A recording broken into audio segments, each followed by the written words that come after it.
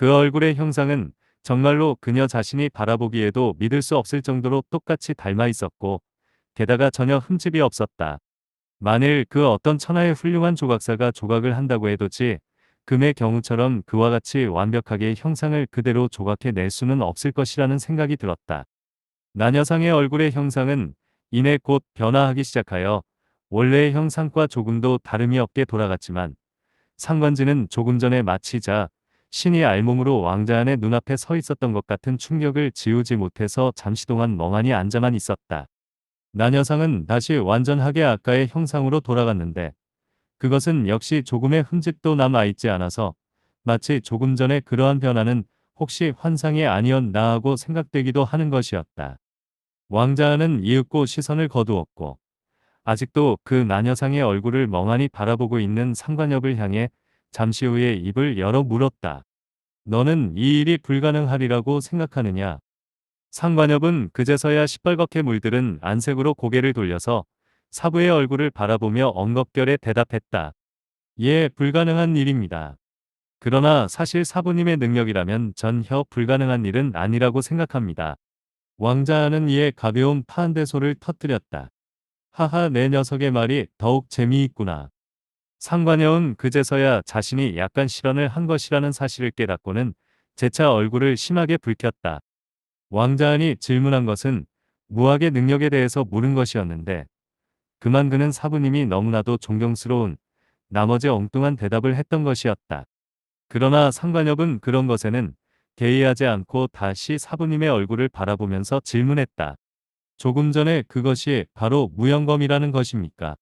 왕자는 미소하며 고개를 끄덕였다. 그렇다. 너는 그 무영검을 어떻게 생각하느냐? 상관엽은 즉시 대답했다. 사부님께서는 말씀하신 대로 뜻도 초식도 없으며 무검무와 물아양랑의 경지에서 펼쳐내는 천을무봉한 대자연무도라고 알고 있습니다. 왕자는 고개를 끄덕였다. 너는 비교적 잘 알고 있는 셈이다. 이어 미소하며 말을 이었다. 하지만 그것은 단지 무영검의 이론일 뿐이지 너는 아직 무영검의 실제의 모습에 대해서는 모르고 있는 것이다. 바로 조금 전에 내가 보여준 것이 바로 무영검의 실제의 모습이라고 할 수가 있는 것이다. 상관엽은 다소 이해하기 어려운 부분이 있어서 다시 질문했다. 그렇다면 어떻게 해서 백옥으로 만들어진 조각상이 그렇게 스스로 변해갈 수가 있습니까? 왕자는 고개를 가로저었다. 조각상은 물론 생명이 없는 것이니 스스로 변해갈 리가 없는 것이다. 상관엽은 눈을 휘둥그레 뜨며 다시 물었다. 그럼 그것은 사부님께서 무공을 발휘하셔서 그와 같이 변화시킨 것이었습니까? 왕자는 그를 보며 되물었다. 그럼 너는 내가 공연히 그것을 보고 있었다고 생각했었느냐? 상관엽은 어색하게 웃으면서 손을 들어서 자신의 뒷머리를 툭툭 치면서 대답했다. 예, 사실은 저도 사부님께서 그렇게 변화시키고 계신다는 것을 알고 있었지만, 그러나 아직 그와 같은 광경을 본 적이 없었기 때문에, 그래서 한번 그런 생각을 해본 것입니다. 하지만 사부님께서는 그저 바라보고만 계시는 것 같았는데, 어떻게 그와 같은 변화가 일어날 수가 있습니까? 왕자는 미소하며 대답했다. 무영검에 도달하게 되면 뜻도 초식도 사라지게 되는 것이므로 달리 형식이 필요하지 않게 되고 부자연스러운 일은 사라지게 된다. 즉 마음에 따라서 증기를 장애 없이 사용하게 되는 것이니 이를 일컬어서 흔히들 의형수형의 경지라고들 말하느니라. 즉 어떠한 육체적인 동작이 없이도 마음먹은 대로 증기를 발출하여 모든 일을 할 수도 있고, 그러한 움직임이 아주 정교해지고 자유로워지게 되는 것이다. 내가 조각상의 얼굴을 변화시킨 것은 그저 그러한 것의 한 예에 불과하다. 상관엽은 잠시 생각하다가 다시 질문했다. 그럼 그렇게 해서 마음먹은 대로 사람도 죽일 수가 있는 것입니까? 왕자는 미소하며 되물었다. 너는 내가 방금 전에 보인 조각상의 얼굴을 변화시키는 일과 사람을 죽이는 일 가운데에서 어느 것이 더 힘들 것이라고 생각하느냐?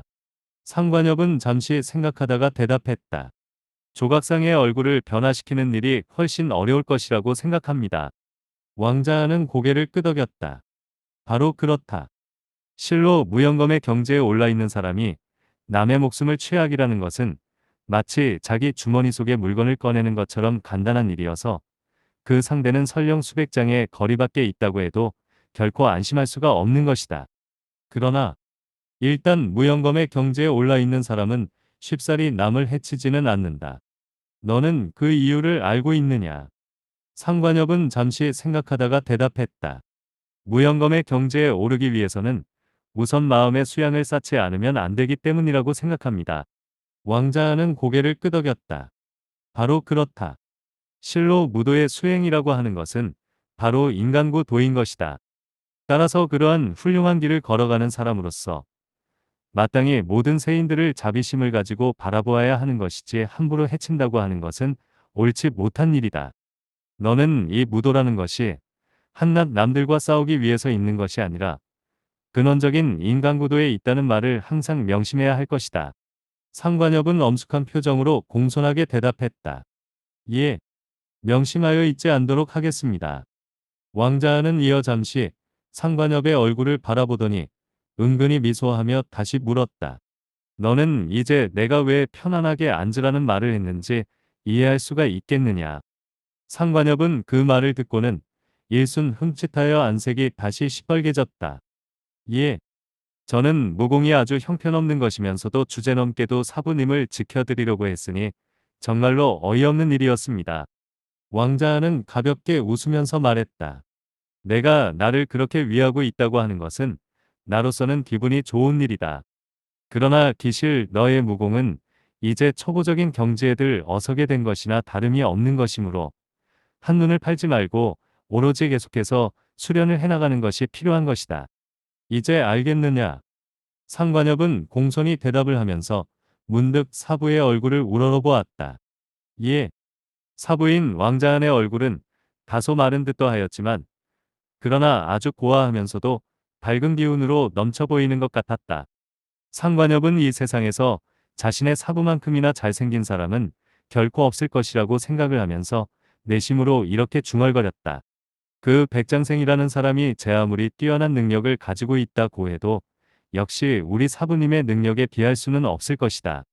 그가 설령 우리 사부님과 같은 무영검의 경지에 도달해 있다고 해도 결국에는 우리 사부님을 당할 수가 없을 것이다. 왕자는 상관엽의 뇌리에 떠오른 생각을 훤하게 들여다보고 있는 듯이 안면에 부드러운 미소를 떠올리며 다시 물었다. 그래 너는 아직 무아심결의 구결을 완전히 외우지 못했다고. 상관엽은 멍하니 기분 좋은 상념에 젖어 있다가 문득 그와 같은 질문을 받고는 크게 흠칫하여 고개를 숙이며 대답했다. 예, 아직 절반 정도밖에. 사부님, 무능한 부초제자를 용서해 주십시오. 왕자는 미소하며 고개를 가로저었다. 무학의 길이라는 것은 멀고도 먼 길이기 때문에 처음에 그렇게 약간의 난관이 느껴진다고 해도 구태여 그것을 가지고 자기 비하를 할 필요는 없다. 그러한 성취의 속도라는 것은 개인의 품성과 도, 관계가 깊은 것이기 때문에 처음에 느리다고는 말할 수가 없다. 그러므로 너는 모든 잡념을 잊고서 오로지 무학을 배우는 일에 몰두해야 한다. 알겠습니다. 사부님. 상관엽이 공손히 대답을 하자 이어 왕자는 이미 가르쳐 주었던 무아심결의 구결을 천천히 다시 불러주기 시작했다. 그 내공 구결에는 여느 내공신법들과 마찬가지로 운기행공을 하는 법문이 주된 골격을 이루고 있기는 했으나 분량이 매우 많은 이유는 거기에 각가지의 마음의 상태나 그것을 제압해 나가는 방법 등이 아주 복잡하게 덧붙여져 있었기 때문에 상관엽이 그것을 암기하는 데 있어서 곤란을 겪고 있는 것이었다. 원래 상관엽은 학자 가문의 두뇌를 이어받아서 상당히 총명한 편이었고 또한 체력이 뒷받침이 되어서 무엇을 암기하는 일에도 그다지 어려움을 느끼지 않았었는데 지금은 그야말로 전력을 다해서 암기하려고 노력하고 있건만 잘 되지 않고 있는 이유는 그 복잡한 구별들이 서로 비슷비슷하여 계속해서 착각을 일으키고 있기 때문이라고 할 수가 있었다. 왕자는 한번 구별을 불러주고 나서 이번에는 그 구별의 내용을 설명해주기 시작했는데 상관엽으로서는 왠지 그 설명하는 말을 들을수록 더욱더 정신이 멍청해지고 혼란스러워지는 것이었다. 번호 63 90 등록자 김창현 레드옥 9701 26 14 53 320줄째 목백상 개방백의 제자 18장 제18장 전대문주의 종복 따라서 왕자는 한 차례 구결의 내용을 설명해 준 다음에는 필묵을 가져오라고 하여 두루마리에 그 구결의 내용에 모두 적어주고 나서 이윽고 침실로 자러 들어갔다. 왕자안이 침실로 자러 들어가자 이번에는 반대로 그 침실에서 독고상이 거실로 천천히 걸어 나왔다. 상관엽은 그때 사부가 적어준 구결 비급을 들고서 반드시 오늘 밤에는 암기하고야 말겠다는 각오로 달라붙어서 열심히 투지를 불태우고 있는 중이었다. 상관지는 옆에서 그러한 동생의 모습을 바라보고 있다가 문득 독고상이 걸어 나오는 것을 발견하고는 마침 심심하던 참이라 그를 반갑게 맞이하며 웃으며 입을 열어 말을 꺼냈다. 아, 어서 이리로 와서 앉으세요. 저 소엽의 사부님께서는 지금 주무시나요? 독고상은 원래가 흉측하게 생긴 데다가 표정도 매우 무뚝뚝한 사람이었다. 그러나 이때는 왠지 다소 웃는 듯한 표정으로 앉지 않고 서서 대꾸했다. 그렇소. 상관지는 그가 앉으려고 하지 않는 것을 보고는 자신도 다시 자리에 앉기가 거북한 느낌이 들었다. 따라서 그녀 역시 그냥 선체로 웃으면서 다시 질문했다.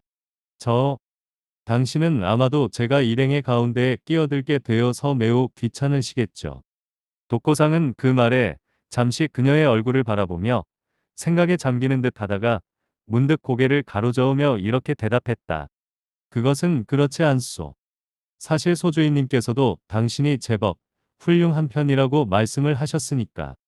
상관지는 순간 왕자안이 자신에 대해서 그와 같은 말을 했다는 얘기를 듣고는 그만 왠지 가슴이 심하게 뛰고 두방망이질을 하고 있는 것 같았다. 그러나 그녀는 내색하지 않고서 독고상을 향해 다시 질문했다. 고마우신 말씀이시로군요. 헌데 어째서 그분은 문주라는 호칭으로 부르지 않고 그렇게 소주인님이라고 부르시는 것이죠. 독고상은 다소 멈칫하는 듯 했으나 이내 가벼운 한숨을 내쉬면서 대답했다. 그것은 바로 내가 무화문의 전대문주의 종복이었기 때문이요. 따라서 기실은 나는 소주인님의 하인이라고 해야 할 것이요. 그러나 그분께서는 송구스럽게도 지금 나를 마치 당신의 사형제처럼 생각하고 계시는 것이요. 상관지는 그와 같은 말을 듣고 나자 문득 기이한 생각이 들었다.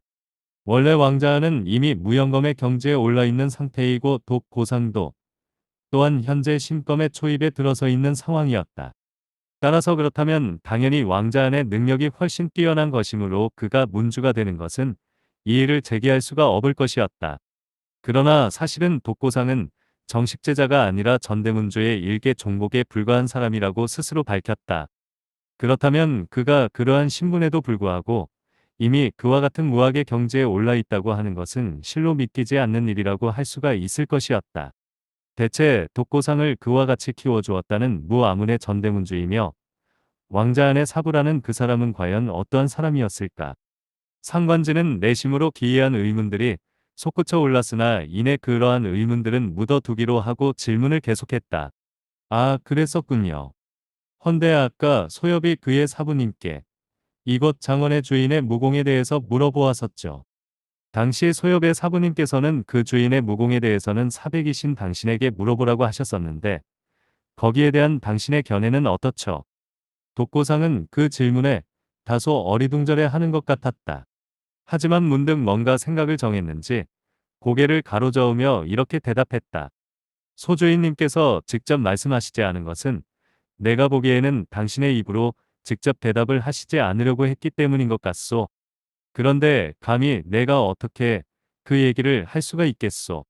미안하지만 나는 그 대답을 해드릴 수가 없겠소이다. 상관지는 느닷없이 뜻밖에도 그와 같은 대답을 듣게 되자 일순 어리둥절해지고 어이가 없어지는 기분이었다. 그녀는 생각했다. 그와 같은 것이 뭐가 그리 대단하다고 그와 같이 이리저리 빼면서 대답을 회피한담. 그와 같이 무공이 높고 낮은 것이야 나중에 자연히 드러나게 되는 것인데. 휴, 이분은 비록 은은 매우 충직하신 분이지만 그러나 그 때문에 지나치게 고질식한 면이 있는 것이 다소의 흠인 것 같아. 하지만 상관지는 내심과는 달리 환하게 웃으면서 다시 질문했다. 호호, 그렇다면 제가 그만 헛다리를 짚은 결과가 되어버렸군요.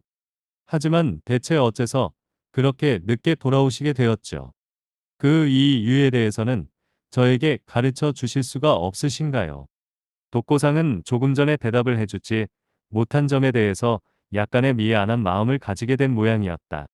그는 이번의 질문에는 주저하지 않고 대답해 주었다. 그것은 내가 말과 마찰을 교환하는 과정에서 흥정이 잘 되지 않았었기 때문이었소.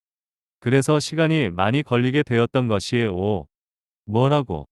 흥정이 잘 되지 않았었다고. 상관지는 독고상의 그러한 말을 듣고는 다시 어이가 어버하며 내심으로 빠르게 계속해서 생각을 굴렸다.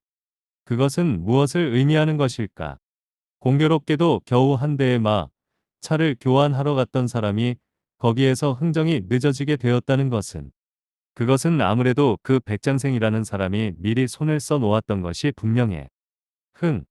그렇게 해놓고서 우리에게 마치 우연히 만난 것처럼 태연하게 다가들었던 것이라니. 그렇다면 우리가 과연 이 장원을 벗어날 수 있을지도 장담할 수가 없는 일로구나. 상관지가 혼자서 생각에 잠기는 것을 보고는 독고상은 느닷없 이 왕자 안이 들어간 그 침실의 입구에 주저앉았다. 그리고는 가부좌를 틀고서 엄숙한 표정으로 눈을 내리감는 것이었다. 상관지는 그것을 보고는 처음에는 그가 단순히 운기조식을 하려는 줄로 생각했다. 그러나 알고 보니 독고상은 운기조식을 하는 것 같지는 않고 거의 숨소리도 내지 않고서 다른 쪽으로 신경을 곤두세우고 있었다. 기실 그는 자신의 감각을 최대한으로 활용하여 침실의 내부를 감시하며 왕자 안을 호위하고 있었던 것이었다. 상관지는 독고상의 어처구니가 없을 정도의 충성스러운 행동에 내심으로 크게 감복하지 않을 수가 없었다. 왕자 안을 호위하기 위해 마음을 모으고 있는 독고상의 행동을 방해할 수가 없어서 상관지는 이윽고 몸을 움직였다. 동생인 상관협의 앞으로 가서 그가 열심히 비급을 읽고 있는 광경을 바라보다가 잠시 후에 다른 방으로 들어가서 잠을 청하기 시작했다. 다음날 아침 밤새도록 비급을 암기한 상관협의 얼굴은 다소 부시시해 보이기는 했으나 그러나 눈빛은 활력으로 넘쳐 보이고 있었다. 그는 마침내 그 무아심결을 완전히 암기하고야 말았던 것이었다. 왕자는 느즈감치 거실로 나와서 그 일을 알고는 상관협을 칭찬했다.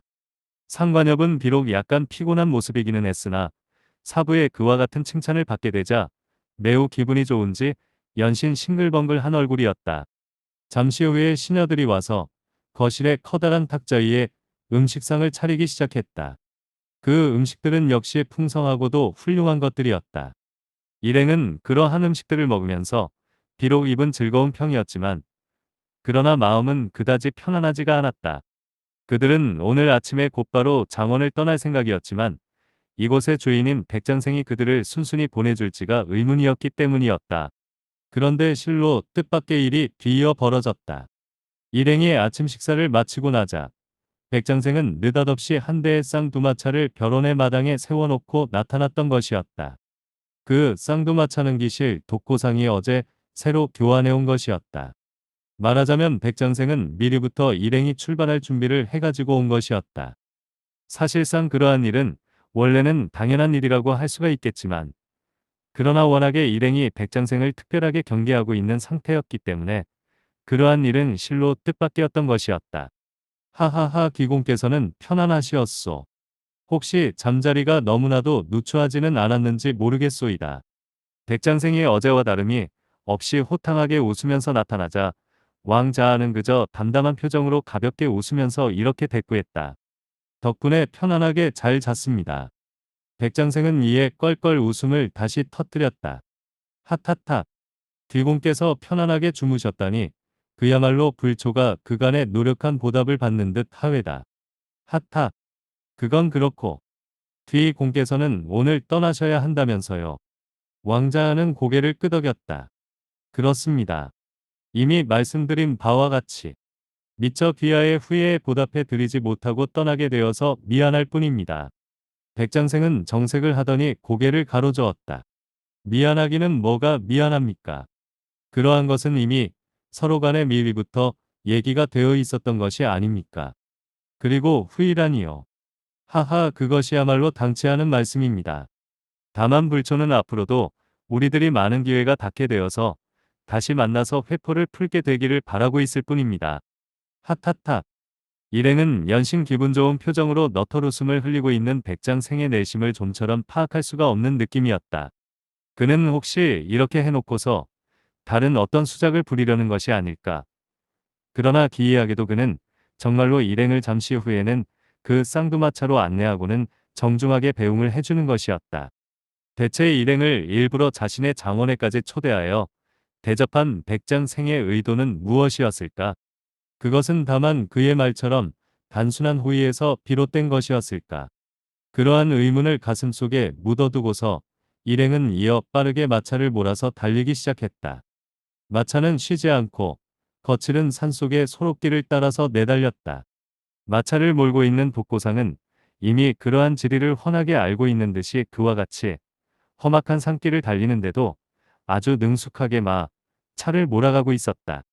상관협은 역시 어젯밤과 마찬가지로 잠시 눈을 붙인 후에 계속해서 예의 그 무아심결을 완전하게 기억하고 또한 내용을 이해하는 데 전력을 기울였는데 왕자는 그의 옆에 앉아서 그와 같은 광경을 바라보면서 가끔씩 그가 질문하는 내용을 풀어서 가르쳤다. 상관지는 옆에서 묵묵히 그와 같은 광경을 바라보면서 앉아 있었다. 이윽고 일행이 저녁 무렵이 되어서 마차가 하나의 작은 마을에 도착했으므로 객점의 앞에서 멈추자 마차에서 천천히 내렸다. 이어 왕자는 객점의 안으로 들어가서 모두 세 개의 방을 빌리도록 지시했다. 하나는 왕자안이 사용하고 다른 하나는 상관남매가 함께 사용하도록 했다. 그런데 상관협은 일단 저녁 식사를 마친 연후에 독고상의 방에서 운기행공을 하는 일에 전념하기 시작했다. 그때는 이미 상관협은 무아심결의 구결의 내용을 거의 숙지하여 약간의 운기행공이 가능한 상태였다. 상관협은 이미 공력이 일갑자의 수위에 있는 상태였으므로 일단 구결의 내용을 해독하고 나자 곧바로 운기행공이 가능하게 된 것이었다. 왕자안과 상관지 역시 각자의 방으로 돌아가지 않고 그 방에 머무르며 상관협이 운기행공을 하는 광경을 지켜보았다. 상관협이 결가부자를 하고 나서 침상 위에서 운기행공을 하기 시작했는데 이윽고 잠시의 시간이 지나자 점차로 그의 전신에서 미미한 떨림과 함께 후연 안개와도 같은 기운이 희미하게 일어나기 시작했다.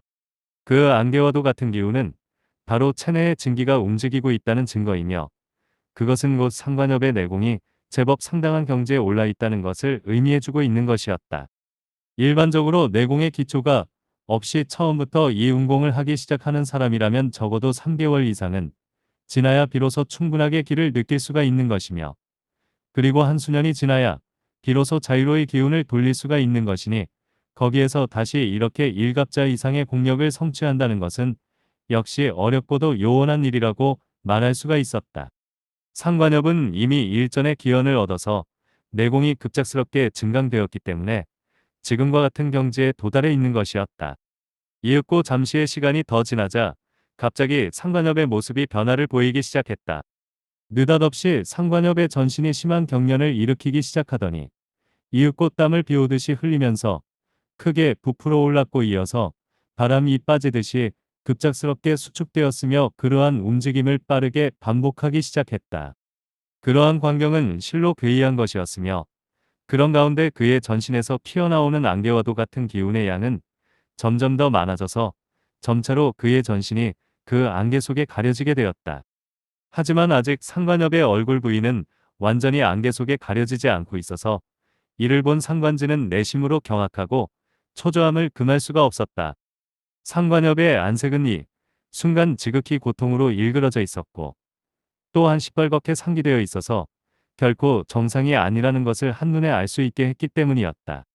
그녀는 이 무공이라는 것이 비록 자신이 직접 배우지는 못했지만 결코 일조일석에 이루어질 수 있는 것이 아니라는 것을 알고 있었다. 만일 그러한 것을 무시하고 누군가 신속하게 대공을 성취하려고 한다면 그는 10중 8구는 주 화인마에 걸리게 되고 마는 것이었다. 물론 비록 주 화인마에 걸리지 않더라도 일단은 그렇게 속성의 길을 나아가는 것조차 어려운 일이었다. 보아하니 지금 상관협이 운기행공 도중에 그와 같은 변화를 보이고 있다는 것은 이제까지는 한 번도 없었던 일이었으며 이는 위 험한 일일 가능성이 아주 많았다. 그러나 문득 옆으로 고개를 돌려서 왕자안의 얼굴을 바라본 그녀는 문득 그러한 불안감을 일순간에 씻어버릴 수가 있었다. 이 왕자는 아주 기이한 사람이라고 할 수가 있었다. 누구라도 그의 얼굴을 보게 된다면 결코 어떤 불안감이나 초조함도 느끼지 않게 될 것이었다. 지금 왕자는 평소와 다름이 없이 그저 담담한 표정으로 상관 옆에 운기행공을 하는 광경을 바라보고 있었는데 그의 표정에는 여전히 고요하고도 맑은 기운이 충만해 있었고 아주 평온한 느낌을 주었다. 마치 그의 얼굴을 보고 있자니 옆에서 일어나고 있는 상관협의 광경이 전혀 생각나지 않을 정도였다. 상관지는 이미 이 왕자안에게 깊은 신뢰감을 느끼고 있었고 또한 그것을 넘어서는 사모하는 마음을 가지고 있었기 때문에 비록 지금과 같은 경우에도 그를 믿고 불안감을 씻어버릴 수가 있었다. 기실 이 순간의 상관협은 예상했던 대로 전에 복용했던 영약의 기운을 크게 불러일으켜서 대공을 성취해 가고 있는 중이었다. 지금 그의 체내에는 그동안 잠재되어 굳어져 있었던 약성이 크게 격발되어 일어나서 커다란 기복을 보이고 있는 것이고 그로 인해서 공력이 일대의 전환기를 맞이하려고 하고 있었다. 이미 왕자안이 말했듯이 이번에 상관협이 이 고비를 넘기게 되면 그는 인류고수의 경지에서 공력이 이갑자에 달하는 절정고수의 대열에 들어설 수가 있게 될 것이고 말하자면 본격적인 무학의 경지인 황화의 경지에 들어서게 되는 것이었다.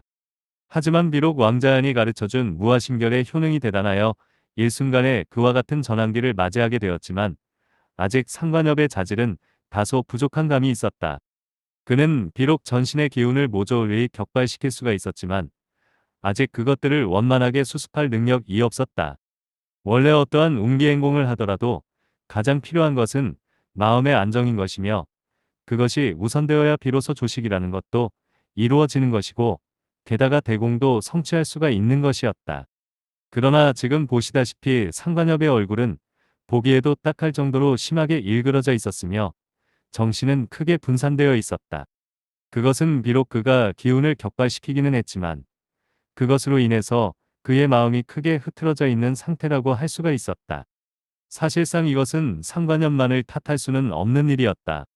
오히려 그는 자질이 일반 사람들보다 월등한 편이라고 할 수가 있었다. 하지만 그와 같은 사람이라도 한꺼번에 그와 같은 격렬한 신체적인 변화를 겪게 되면 할 수 없이 정신이 분산되게 될 것이었다.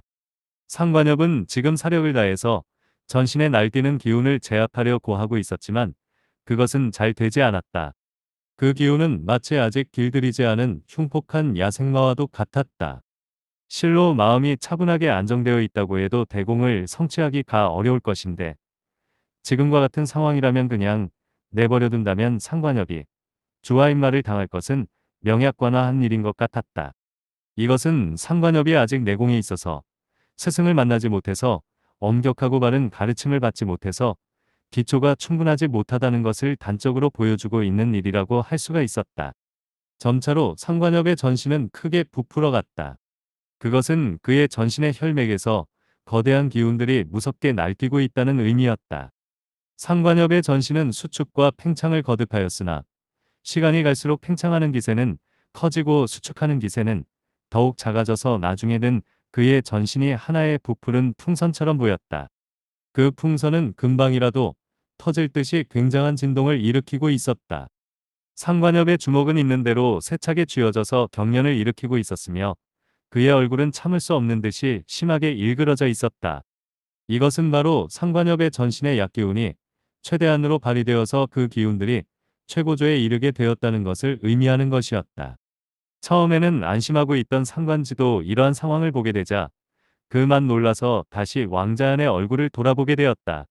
바로 그때 문득 왕자안의 입속에서 한 줄기의 음성이 흘러나왔다. 여봐, 너는 무엇을 그리 쥐고 있느냐? 그것을 놓아버리는 것이 좋지 않겠느냐? 왕자안의 그 말은 아주 조용했고 또한 그다지 의미가 있는 것 같지가 않았다. 그러나 순간 상관협은 흡사 지옥의 고통을 당하고 있는 듯한 가운데에서도 그 얘기를 분명하게 들었으며 뇌리에 거대한 충격을 느끼고 있는 것 같았다. 그 충격은 바로 정신적인 깨달음이었다.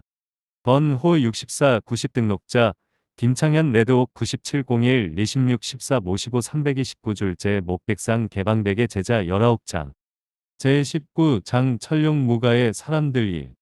왕자 안의 그 마른 기실은 상관엽이 암기하고 있었던 무아심결의 구결 가운데의 한 구절이었다. 원래 상관엽은 그 구절을 완전히 이해할 수가 없어서 그냥 넘어갔었던 것이었다. 하지만 일단 이와 같은 상황에서 사부의 그와 같은 얘기를 듣게 되자 상관엽은 마치 뇌리 속에서 한 줄기의 성광이 번쩍이는 것 같은 느낌을 받았다. 비록 한순간에 그것이 무엇이라고 설명할 수는 없지만 그것은 바로 예감이었다. 일반적으로 간혹 사람의 예감은 이치를 초월하여 그의 뇌리를 사로잡기도 하는 것이다. 상관엽은 실로 급박한 상황에서 강렬한 성광을 느끼고는 기운을 제압하려던 것을 그만두어 버렸다. 그는 이제까지 그 야생마가 놓아주기만 하면 사방으로 미친 듯이 달아나 버릴 것 같은 생각에 그것들을 꼭 잡고 있었고 그것들과 힘겨루기를 하고 있었던 것이었다. 비록 그에게 일갑자의 공력이 있었기 때문에 그것이 가능했던 것이었으나 이제는 그러한 것이 한계에 도달하게 되었던 것이었다. 헌데 그 순간의 일이었다. 금방 사방으로 미친 듯이 달아나 버릴 것 같았던 그 야생마와도 같은 기운들이 일순 상관엽이 풀어버리자 잠시 멈칫하는 듯 하더니 오히려 천천히 바른 길로 흐르기 시작하는 것이 아닌가. 그것은 아주 신비로운 경험이었다. 그 기운들은 마치 말 안 듣는 당나귀와도 같아서 일단은 시키면은 말을 듣지 않다가 놓아 버리니까 오히려 슬그머니 제 집을 찾아가는 것과도 같은 것이었다.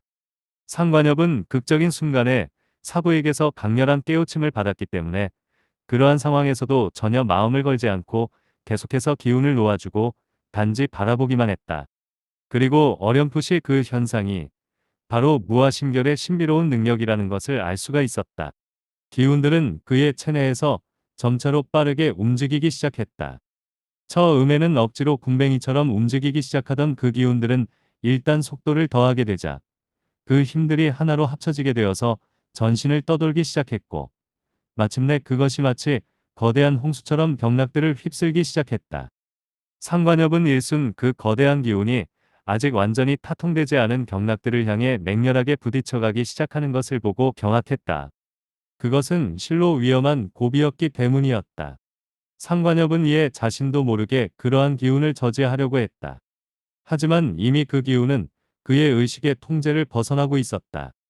마치 전신의 불덩이가 꿰뚫는 듯한 강렬한 느낌과 함께 상관엽은 내심으로 벼락치는 듯한 소리를 들은 것 같았다. 그것은 놀랍게도 그의 전신의 수십 개의 현관들이 일제히 시원스럽게 뚫려버리는 순간이었다. 상관엽은 마치 일순간에 벼락을 맞은 것 같이 심하게 몸을 떨었고 이내 다음 순간에는 전신에 말할 수도 없이 쾌적한 기운이 흐르고 또한 몸이 가벼워진 것을 느낄 수가 있었다. 아, 성공했다. 그것은 바로 그가 절정고수의 첫 발을 내딛게 되는 시초였다. 상관지는 갑자기 동생의 몸에서 강렬한 안개 기운이 폭발적으로 일어났다가 이윽고 그것들이 서서히 그의 몸으로 흡수되면서 상관엽의 얼굴이 평온을 되찾는 것을 보고 크게 기뻐했다. 그것은 바로 대공을 성취한 것임을 알 수가 있었기 때문이었다. 비록 그것은 최상승의 것은 아니었으나 그렇다고 해도 실로 상관엽과 같은 어린 나이에 그와 같은 경지에 도달한 사람은 그리 흔하지 않을 것이었다. 잠시 후에 상관엽은 강한 황홀감 속에서 무아지경에 들어갔다가 이윽고 정신을 차리고 자신이 이미 현관들을 타통하고서 절정고 수의 대열에 들어서게 되었다는 것을 알고는 크게 기뻐하며 즉시 침상 위에서 내려와서 사부의 앞에 무릎을 꿇고서 감사의 인사를 올렸다. 사부님, 제가 이제는 황화의 경지에 올랐습니다. 이는 모두 사부님의 은덕이십니다. 왕자는 그것을 보고는 담담한 얼굴에 미소를 떠올렸다. 축하한다. 하지만 그것은 너의 복인 것이다. 상관엽은 얼굴이 시뻘겋게 물들어서 연신 고개를 조아렸다. 예, 사부님. 고맙습니다. 상관엽은 이어 고개를 돌려서 상관지와 독고상을 바라보았다. 지금 독고상은 이미 대웅락의 경지에 올라있는 상태이므로 상관엽으로서는 아직 도저히 그것을 상상도 할 수가 이응 벗는 것이며 이제 겨우 그가 터득한 황화의 경지는 대웅락이나 그보다 낮은 경지인 백연탄에 비하면 하찮은 것에 불과할 것이지만 상관엽은 지금은 그저 그것으로도 충분히 만족하고 있었다. 아니, 그는 지금 마음속으로 희열과 경이감을 동시에 맛보고 있었다. 설령 앞으로 그가 백연탄이나 대웅락의 경지에 오르지 못하게 될지도 몰라도 그는 우선은 지금의 성취에 10분 만족하고 있는 것이었다. 왕자는 그를 향해 조용한 음성으로 이렇게 말을 이었다. 본래 그 무아심결은 대웅락의 경지에 오르게 하는 것이다. 그러므로 너는 아직 그것의 시작에 머물러 있다고 할 수가 있을 것이다. 여봐, 너는 자신이 이미 절정고수가 되었다고 생각하고 있는 것이겠지. 상관엽은 사부의 그러한 질문에 숨김없이 생각나는 대로 대답했다. 예, 헌데 그것이 아닙니까? 왕자는 고개를 내저었다. 너는 그저 이제 절정고수가 될 수 있는 기반을 획득한 것이지 아직 절정고수가 된 것은 아니다. 내가 이미 말했다시피 절정고수라고 하는 것은 내공 분야만을 말하는 것은 아니다. 그것을 사용하여 초식이 정교해지게 되었을 때에만 비로소 그 사람을 절정고수라고 부를 수가 있는 것이다. 따라서 너는 앞으로 많은 노력을 기울여야만 명실공히 절정고수의 대열에 들어설 수가 있게 되는 것이다. 상관엽은 이에 눈빛을 강하게 빛내면서 결의에 가득 찬 어조로 힘차게 대답했다.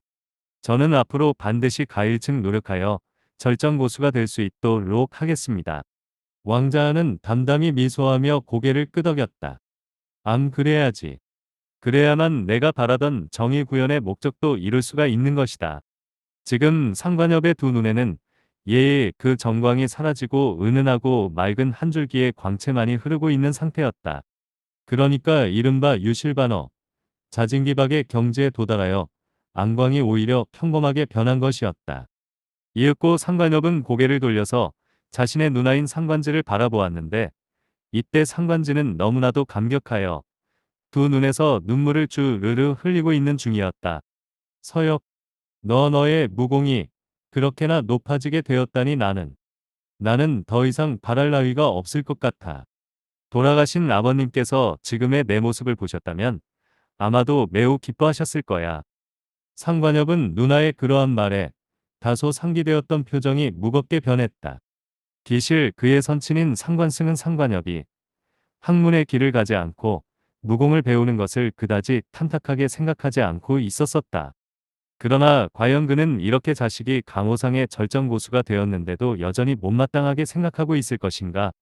문득 상관엽은 과거 한때 선친이 체념한 듯이 들려주던 말이 생각났다.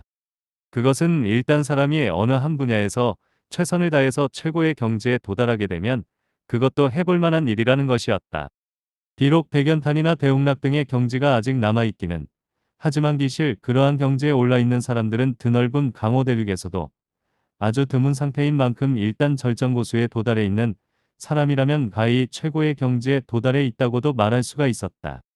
그런 사람은 강호상에서 하나의 작은 문파를 개파할 수도 있을 것이다. 상관엽은 잠시 생각한 후에 대답했다. 하지만 나는 앞으로 더욱 정진하여서 더욱 높은 경지에 오르고야 말 거야. 그리고 그때는 누나도 뭔가 달라진 모습을 보여주기를 바래. 상관지는 동생의 말에서 뭔가 의식하고는 자신도 모르게 얼굴을 가볍게 붉혔다. 옆을 돌아보니 왕자는 아직 그것을 눈치채지 못한 것 같았다. 왕자는 몸을 일으키며 말했다. 그동안 내가 고생이 많았으니 일단은 오늘 밤은 충분히 쉬도록 하고 내일 아침에 다시 보도록 하자. 왕자한이 그런 말을 남기고 자신의 객방으로 돌아가 버리자 상관엽과 상관지는 함께 독고상에게 인사를 하고는 자신들의 방으로 물러갔다. 독고상은 은근히 부드러운 시선이었으나 워낙에 무뚝뚝한 성격이었기 때문에 축하한다는 말도 하지 않고 있었다. 다음날 아침에 상관엽이 자리에서 일찍 일어나서 객방의 앞에 마련되어 있는 작은 정원에서 가볍게 몸을 풀고 있는데 문득 왕자한이 나타나서 그의 앞으로 다가왔다. 간밤에는 잘 쉬었느냐? 상관엽은 황송한 느낌에 즉시 고개를 깊이 숙이면서 대답했다. 예. 사부님께서도 간밤에 편안히 주무셨습니까? 왕자는 고개를 끄덕인 다음에 미소하며 주위를 둘러보다가 다시 말했다. 헌데 너는 지금 무엇을 혼자서 연습하고 있는 것이냐? 상관엽은 다소 부끄러운 표정으로 대답했다. 예. 저는 제가 이미 배웠던 여러 가지 권법들과 권법을 생각해 보고 있었습니다. 왕자는 고개를 끄덕였다. 과거에 배웠던 무학들을 돌이켜서 생각해 본다고 하는 것은 좋은 일이다. 그러나 기왕에 무아심결을 배우기 시작했으니 마땅히 그에 걸맞는 무학을 곁들여야만 비로소 소기의 목적을 달성할 수가 있을 것이다. 그래서 내가 이것을 만들어 보았다.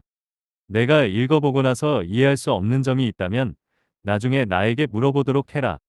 이어 왕자하는 품속에서 모두 세 권의 비급을 꺼내서 상관협에게 건네주었는데 그것들은 부피가 하나같이 상당한 것들이었다. 게다가 그것들은 이제 만든 지 얼마 되지 않았는지 종이도 새것이고 또한 먹물 냄새가 아직 마르지 않고 있었다. 상관협은 금세 사부가 자신을 위해서 비급을 만드느라 간밤을 꼬박 세웠을 것이라고 생각하고는 눈시울이 뜨거워졌다. 사부가 자신을 살 이응해주는 마음에 보답하는 길은 오로지 자신이 열심히 노력하는 길이라고 생각했다. 예, 사부님. 상관협은 공손하게 그 비급들을 받아서 들고 보니 그 책자들의 제목은 각기 무아장결, 무아지결, 무아검결이라고 적혀 있었다.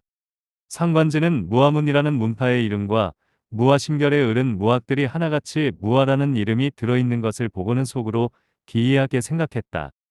혹시 본문의 무공들은 이름들이 하나같이 그런 것이 아닐까? 상관지는 아직 천하에 그러한 무공이 있다는 소리를 들어보지 못했었다. 그러나 그것은 무아문이라는 문파와 왕자한과 같은 능력자에 대해서도 마찬가지인 것이었으므로 이상할 것이 없는 것이었다. 상관협은 얼른 세 건의 무학 비급들을 소중하게 품속에 갈무리하고는 사부에게 인사를 올린 다음에 자신의 객방으로 돌아갔다. 객방에는 상관지가 이미 떠날 준비를 하고 있었다. 상관협은 이미 받은 무아심결의 두루마리와 세 건의 비급을 하나의 묶음으로 만들어서 품속에 깊이 갈무리하고는 다시 밖으로 향했다. 아침 식사를 마친 다음에 일행은 식품 등을 싣고서 다시 마차를 타고서 달리기 시작했다. 왕자는 마차에 타고서 눈을 감고 잠을 자는 듯했으며 상관협은 열심히 사부가 적어준 비급을 하나 깨내 들고는 읽어 내려가기 시작했다. 그것은 바로 무아장결이라는 것이었는데 부피가 매우 두꺼웠고 또한 거기에 반해서 글씨는 깨알만하다고 할 만큼 작았다.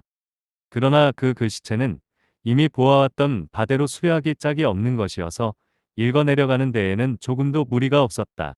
상관협은 원래 대학자인 상관승을 부친으로 두었었기 때문에 그러한 서체에도 능했었는데 사부의 서체를 보고는 실로 훌륭한 것이라서 그는 내심으로 거푸 감탄하고 있었다. 하지만 그것은 사실 새삼스러울 것도 없는 것이었다. 이미 사부의 능력이 거의 무소부지요 무소불이라는 것을 믿고 있는 상태였기 때문에 그러한 일은 오히려 당연하게 생각되는 것이었다. 상관협은 가끔씩 옆에서 조는 듯이 잠자고 있는 왕자안의 얼굴을 훔쳐보면서 가벼운 흥분으로 인해서 불그레하니 달아올라 있는 상태였다. 마차는 그런 상황 속에서 계속해서 쉬지 않고 내달렸다. 독고상이 이번에 마련한 마차와 말들은 하나같이 견고하고 힘이 좋은 것들이어서 능히 하루 종일 내달릴 수가 있었다. 마차는 야산의 소록길과 구릉들을 지나서 계속해서 나아갔고 부근에는 주막이 없었기 때문에 일행은 차 속에서 점심 식사를 하는 수밖에 없었다. 그런데 이윽고 점심 식사를 마치고 나서 다시 빠르게 나아가려고 하는 무렵의 일이었다. 갑자기 전면에서 가벼운 소란이 들려오는 듯 하더니 문득 마차가 멈춰서는 것이었다. 아직 마차를 별다른 목적이 없이 세운 적이 없었기 때문에 왕자하는 눈을 뜨고서 입을 열어 독고상에게 물었다. 무슨 일인가? 독고상은 다소 사늘해진 음성으로 대답했다. 방해자가 있습니다. 왕자하는 깊게 묻었던 의자에서 몸을 바로 앉히면서 다시 물었다. 방해자라고. 독고상은 대답했다. 예. 어떻게 할까요? 상관협과 상관지는 그와 같은 광경을 보고는 내심으로 하나가디 기이하게 생각하지 않을 수가 없었다. 원래 이 독고상은 무공이 이미 대웅나게 경지에 올라있는 사람이었기 때문에 거의 웬만한 적들로도 그에게 장애를 줄 수가 없는 일이었다. 그런데 지금 그는 방해자를 만났다고 하며 일부러 마차를 세워두니 그렇다면 혹시 앞쪽에 무슨 거대한 장애물이 나타난 것이 아닌가 하는 생각이 드는 것이었다. 잠시 상황을 살펴보는 것이 좋겠군. 마침 쉬어갈 시간도 되었다고 생각했는지 왕자는 그렇게 대답하고 나서 이윽고 천천히 몸을 일으켜서 마차의 밖으로 걸어나갔다. 상관협과 상관지도 그것을 보고 뒤를 따랐다. 마차는 지금 하나의 작은 계곡의 입구에 들어서고 있는 중이었다. 이 계곡의 입구는 그다지 좁은 편이 아니었다. 따라서 마차가 지나가는 데는 불편이 없었으나 그렇다고 해서 마차를 돌린 수 있을 정도로 넓은 것은 아니었다.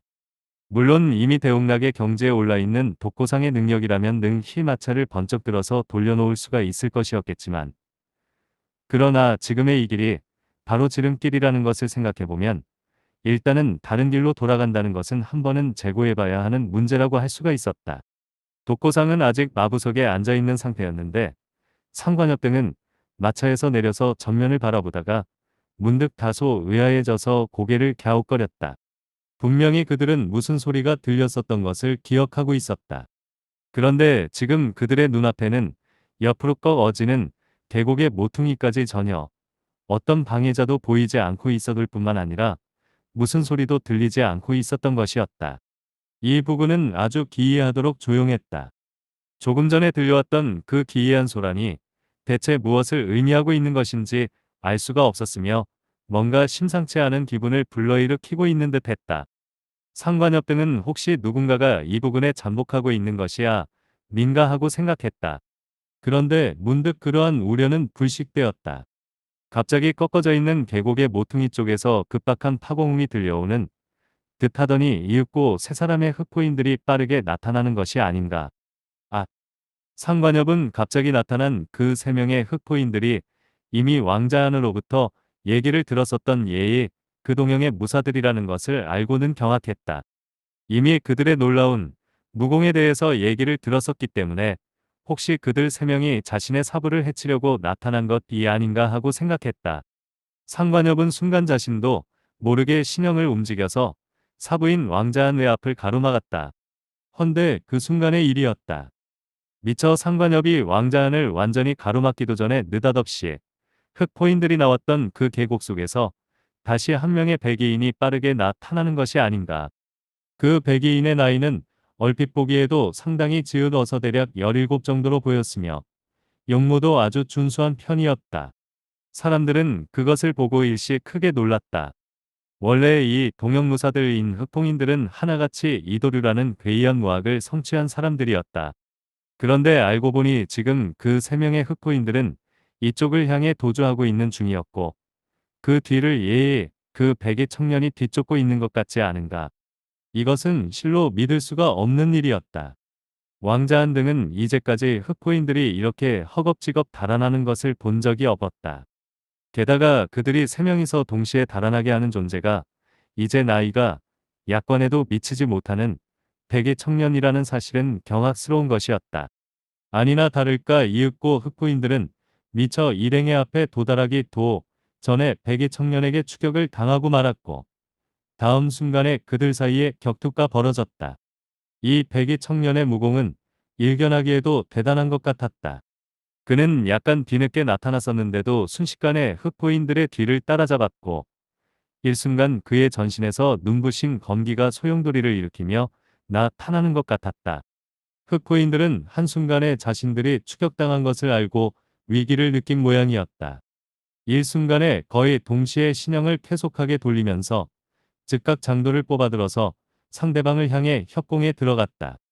상관협도 이미 왕자안에게 들어서 그 장도의 뒤에는 소름 끼치는 단도가 뒤따른다는 것을 알고 있었다. 그런데 흑포인들의 장도가 계속하게 뻗어간 순간에 느닷없이 백의 청년의 전신에서 피어나던 검기가 마치 무수한 별빛이 되어버린 듯이 크게 확산되는 것이 아닌가. 번쩍. 그것은 마치 무수한 유성들이 환상처럼 피어났다가 사라지는 것 같았다. 그것은 너무나도 빠르고 또한 소리 없이 나타났다가 사라졌기 때문에 마치 눈에 착각이 일어난 것 같기도 했다. 헌데 다음 순간의 일이었다. 장도의 뒤를 이어서 단도의 공격이 계속되게 되어 있었다. 그런데 그 세 명의 흑포인들은 일순간 그 환상처럼 빠른 유성의 검기에 휩쓸린 다음에는 느닷없이 멍하니 신형을 멈춰 세우는 것이 아닌가. 상관협은 일순 깜짝 놀랐다. 뒤를 이어서 그 세 명의 흑포인들의 신형이 털썩, 털썩 하면서 맥없이 땅바닥에 쓰러져 버렸고 그들의 정수리에서는 각기 시뻘건 선혈과 허연 뇌수가 흘러나오고 있었기 때문이었다. 그것은 마치 한순간에 잘 비읍은 착각을 본 것 같은 느낌이었다. 번호 65 90 등록자 김창현 레드옥 9701 26 14 57 346줄째 목백상 개방백의 제자 20장 제20장 천룡무가의 사람들 2 일순간에 그 세 명의 흑호인들을 해치운 대기 청년은 문득 일행을 바라보더니 천천히 앞으로 다가와서 물었다. 너희들은 누구냐? 그 말투가 아주 오만하고 냉랭했기 때문에 상관협은 일순 기분이 상하는 것을 느꼈다. 비록 그 백의 청년이 동형무사들을 시원하게 제거해 주는 것을 보았고 또한 그가 대단한 능력을 가지고 있다고 해도 상관협은 지금 자신의 사부를 모욕하는 그 어떤 행동도 용납할 수가 없었다. 왕자안이 미처 입을 열기도 전에 상관협이 먼저 나서서 소리쳐 대꾸했다. 그러는 당신은 누구인데 함부로 반말을 하는 것이오. 대개 청년은 상관협으로부터 그와 같은 대꾸를 듣고는 실로 외인 듯이 고개를 돌려서 바라보다가 상대방이 자신보다도 나이 어린 소년이라는 것을 알고는 그만 어이가 없다는 듯이 웃고 말았다. 내가 감히 나에게 그와 같이 물은 것이냐. 상관협은 사실 상대방의 능력이 대단하다고 해도 옆에 사부 등이 있는 상태이기 때문에 조금도 두려움이 없었다. 그는 소리쳐서 다시 대꾸했다. 그렇소. 내가 당신에게 그와 같이 묻지 말라는 법이 있다는 말이오. 나는 특히 우리 사부님께 그와 같이 무례한 사람을 보면 참지 못하는 사람이요. 백의 청년은 상관협이 사부 운운하자 더욱 어리둥절한 표정이었다. 보아하니 독고상은 마부석에서 앉아있는 것이 태도를 보아 상관협의 사부 같지는 않았다. 그렇다면 왕자안이 사부일까? 백의 청년이 그와 같이 생각하며 고개를 돌리자 왕자안은 미소하며 입을 열었다. 나의 제자의 말에 기분이 상했다면 유감이요. 너무 개의치 말기를 바라오. 백의 청년은 다소 의외라는 듯이 놀라며 물었다. 당신이 바로 그의 사부라는 말이오. 왕자안은 고개를 끄덕였다. 그렇소. 별로 능력은 없지만 그를 제자로 삼고 있는 중이요. 백의 청년은 그 말에 잠시 왕자안의 얼굴을 세심하게 살폈다. 기실 조금 전에 자신의 절기를 전개해서 눈앞의 사람들이 볼 수가 있었었다. 그런데 그럼에도 불구하고 눈앞에 이 사람들이 감히 자신에게 당당하게 대할 수가 있다는 것은 뭔가 능력이 있지 않을까 하는 생각에서였다. 보아하니 왕자안은 무공을 익힌 사람 같지는 않고 그저 서생으로 보였기 때문에 기이한 생각이 들었고 그에 반해서 상관협의 두 눈에서는 무공을 익힌 흔적이 드러나고 있는 것이 보였다. 놀랍게도 그것은 절정의 경지에 달한 것이었기 때문에 백의 청년은 문득 호기심과 함께 흥미를 느끼게 되었다. 대체 눈앞의 이 사람들이 어떤 사람일까 하는 것이었다.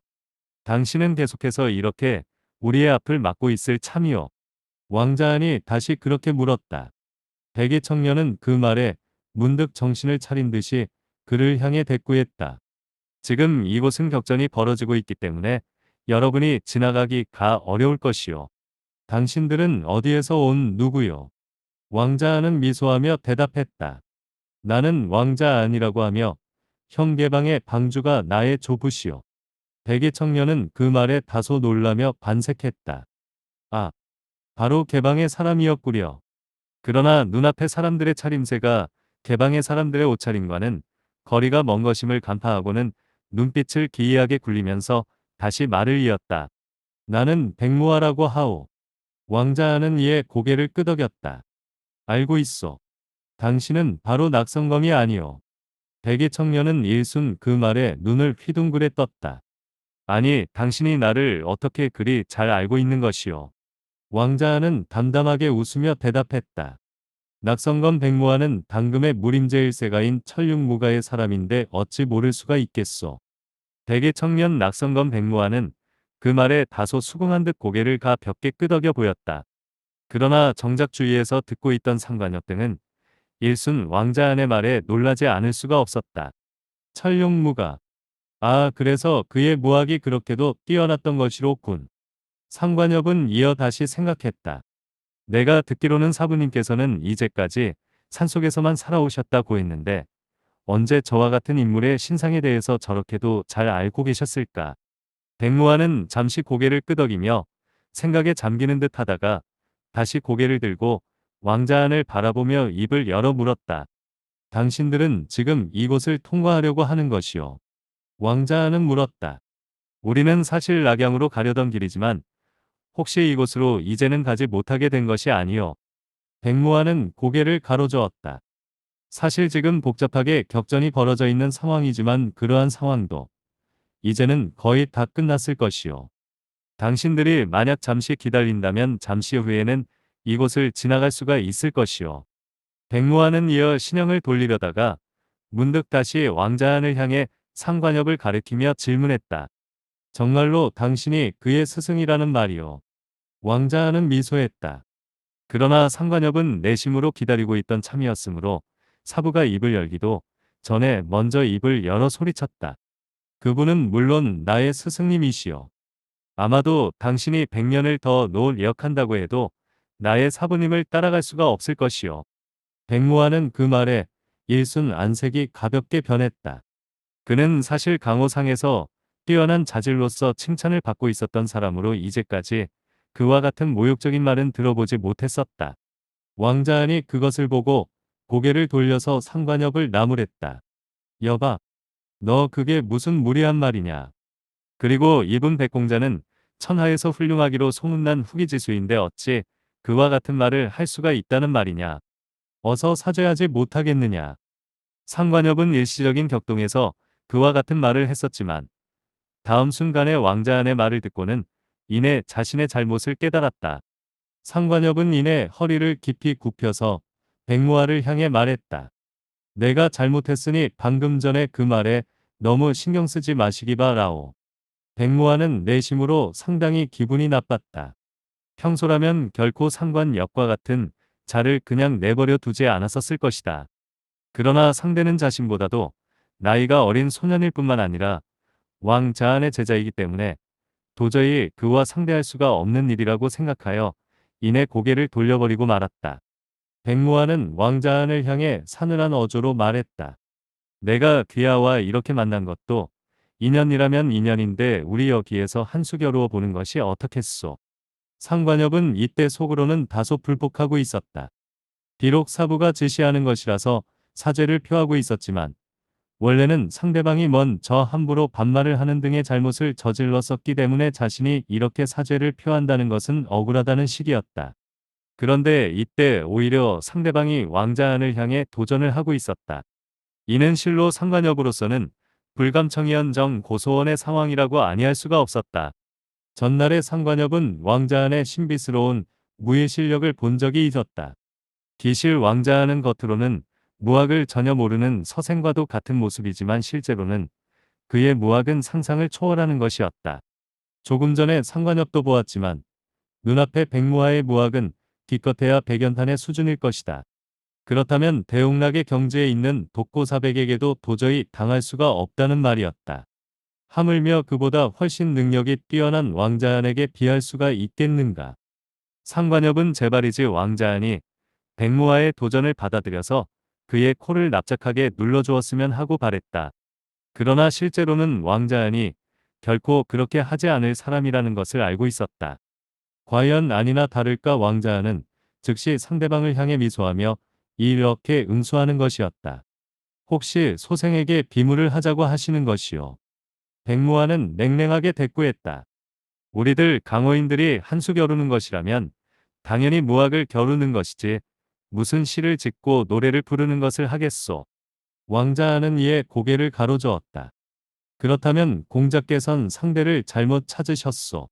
백무아는 막 허리춤에서 장검을 뽑아들다가 그와 같은 말을 듣고는 다소 눈살을 찌푸리며 다시 물었다. 그럼 혹시 귀하는 무학을 모른다는 말이오. 왕자안은 고개를 가로저었다. 나는 여바의 스승이니 무학을 모른다고는 말할 수가 없을 것이오. 그러나 나는 무학을 익히지는 않았소이다. 백무아는 그 얘기를 듣고는 다소 놀랐다. 이미 상대방의 모습에서 무학을 익힌 흔적이 보이지 않았었기 때문에 절반쯤은 의심을 하고 있었다. 아니나 다를까 상대는 무학을 익히지 않았다고 하지 않는가. 기실 강화상에는 자신은 무학을 배우지 못하는 처제이면서도 제자를 거두어서 무학을 가르치는 사람들이 덜어 있기 마련이었다. 그런 사람들이 특이하기는 하지만 전혀 이상할 것은 없는 법이었다. 백무하는 뜻밖의 말을 듣고는 다소 놀랐으나 능히 그럴 수도 있는 일이라고 생각을 하고는 도로 장검을 검집안에 넣었다. 왕자안이 그렇다고 해서 그 제자에게 비물을 청할 수는 없는 일이었다. 비록 한쪽의 독고상의 모습이 다소 기이하기는 했지만 그러나 그렇다고 그를 향해 도전장을 내밀 필요는 없는 일이었기 때문이었다. 그러나 기실 이 상황에서 가장 의아해한 사람은 상관엽과 상관지였다. 두 사람은 이미 왕자안이 신비로운 무예를 가지고 있다는 것을 잘 알고 있었다. 하지만 대체 어떠한 이유로 그와 같은 대답을 한 것인지 알 수가 없는 느낌이 들었다. 하긴 전에도 왕자는 그들에게 그와 비슷한 얘기를 한 것도 같았지만 백무하는 일단 눈앞의 사람들이 상대할 필요가 없다는 것을 인정하자 아주 싸늘한 시선으로 바라본 다음에 미련 없이 신형을 돌렸다. 그렇다면 다음에 다시 보도록 합시다. 백무하가 그렇게 말하고 나서 즉시 신형을 날려서 바람처럼 개 고개 안으로 사라져버리자 이윽고 독고상은 다시 왕자안을 바라보았다. 그것은 이제 어떻게 하겠느냐고 묻고 있는 것이었다. 이에 왕자안은 대답했다. 이제 안의 상황도 거의 끝난 것 같으니 천천히 통과하도록 합시다. 독고상은 고개를 숙였다. 예, 소주인님. 왕자안은 천천히 걸어서 다시 마차의 안으로 들어갔다. 상관엽과 상관지도 뒤따라서 안으로 들어갔다. 이어 독고상은 앞쪽을 향해 가볍게 우수를 휘저었다. 그러자 순간 앞쪽에 흑포인들의 시신이 느닷없이 허공으로 떠올라서 한 옆으로 치워지는 것이었다. 그러고 나자 독고상은 다시 마차를 몰았다. 이악! 마차는 이번에는 느릿하게 계곡의 안쪽으로 나아갔다. 원래 이 령 계곡은 험악한 무리들이 많이 살고 있기 때문에 비록 길은 나 있어도 일반인들은 감히 출입하지 못하는 것이었다. 하지만 독고상과 같은 초절정의 실력자가 그와 같은 일에 장애를 느낄라가 만무한 것이었다. 이윽고 마차가 좁은 길을 벗어나서 점차로 속도를 내기 시작했을 때 문득 그들의 앞에 하나의 작은 분지가 나타났다. 그것은 바로 계곡의 중앙에 형성되어 있는 반경 100여 장 정도의 분지였다. 그 분지의 한쪽에는 수많은 건물들이 있었는데 아마도 과거의 한 산적들의 산채였던 모양이었다. 지금 그 앞쪽의 마당에서 한 대의 백이인들이 주변을 정리하고 있었는데 보아하니 그들은 아까의 백무아와 한편인 모양이었다. 이 주변에는 수많은 시신들이 늘어져 있었는데 그 대부분은 흑포인들이었고 백이인들의 시신은 얼마 되지 않았다. 원래 이 동영의 흑포인들의 무학이 대단한 것이라는 점을 상기하면 실로 이 백이인들의 무학은 놀라운 것이라는 사실을 알 수가 있을 것이었다. 백무아는 이미 보이지 않았다. 그는 떠나간 모양이었다. 이곳에서 싸움은 물론 백이인들의 대승이라고 할 수가 있었다. 백이인들은 간혹 일행이 타고 있는 마차를 바라보기는 했지만 나서서 길을 막아서지는 않았다. 아마도 백무아가 떠날 때에 미리 말해두고 간 모양이었다. 마차는 그들의 곁을 지나서 계속해서 나아갔다.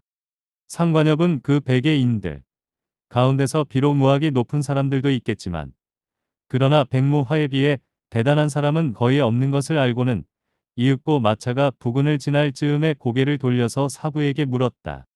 저 사부님, 저들도 혹시 천룡무가의 사람들입니까? 전룡무가. 상관엽도 이미 그곳에 관한 얘기를 얻어듣고 있었다. 왜냐하면 그곳의 일은 너무나도 유명하여 강호에 살고 있는 동안은 듣지 않으려고 해도 도무지 그럴 수가 없을 지경이기 때문이었다. 기실 당금의 강호는 삼성맹의 천하라고 할 수가 있었다. 이 삼성맹은 바로 상호의 무림맹을 말하고 있는 것이었다. 삼성맹이라고 하는 이름은 환우삼성이라고 하는 강호에서 가장 뛰어나다고 공인되어 있는 세 명의 기인들의 이름을 딴 것이었는데 이 환우삼성은 물론 세 명이었고 당금 삼성맹의 공동맹주로 존재하고 있었다. 그 환우삼성의 첫 번째가 바로 무성백이 무성백인성이라는 사람이고 둘째는 의성 강호이성 황순신이라는 사람이며 세 번째는 개성 신주개성 왕검해라는 사람이었다. 여기에서 백이무성 백인성이라는 사람은 바로 당금의 삼성맹을 떠받치고 있는 세계의 기둥이라고 하는 일가일곡일방 가운데의 하나인 천룡무가의 노가주이고 강호이성 황순신이라는 사람은 역시 일가의 곡일방의 하나인 성수곡 인호 곡주인 사람이었다. 그리고 마지막으로 신주개성 왕검에는 바로 왕자안의 증조부이며 근래 들어서 천하제 일방으로 급격하게 부상된 개방의 태상방 주인 것이었다. 그러나 기실 비록 이 일가일곡일방이 설령 같이 불리우고 있다고는 하나 역사와 전통을 지니고 있는 무림제 일가인 천령무가의 위세에는 나머지 성수곡과 개방이 다소 밀리는 감이 없지 않아 있었다. 천령무가는 과거부터 내려온 명실공히 강호 최대의 세력이었다. 왕자는 상관협의 질문을 받고는 미소하며 대답했다. 그들은 천령무가의 수호 세력인 백검회의 사람들이다. 상관협은 일순 놀라서 입을 딱 벌렸다. 아, 그랬군요. 그는 문득 과거에 얼핏 들었던 내용을 뇌리에 떠올렸다.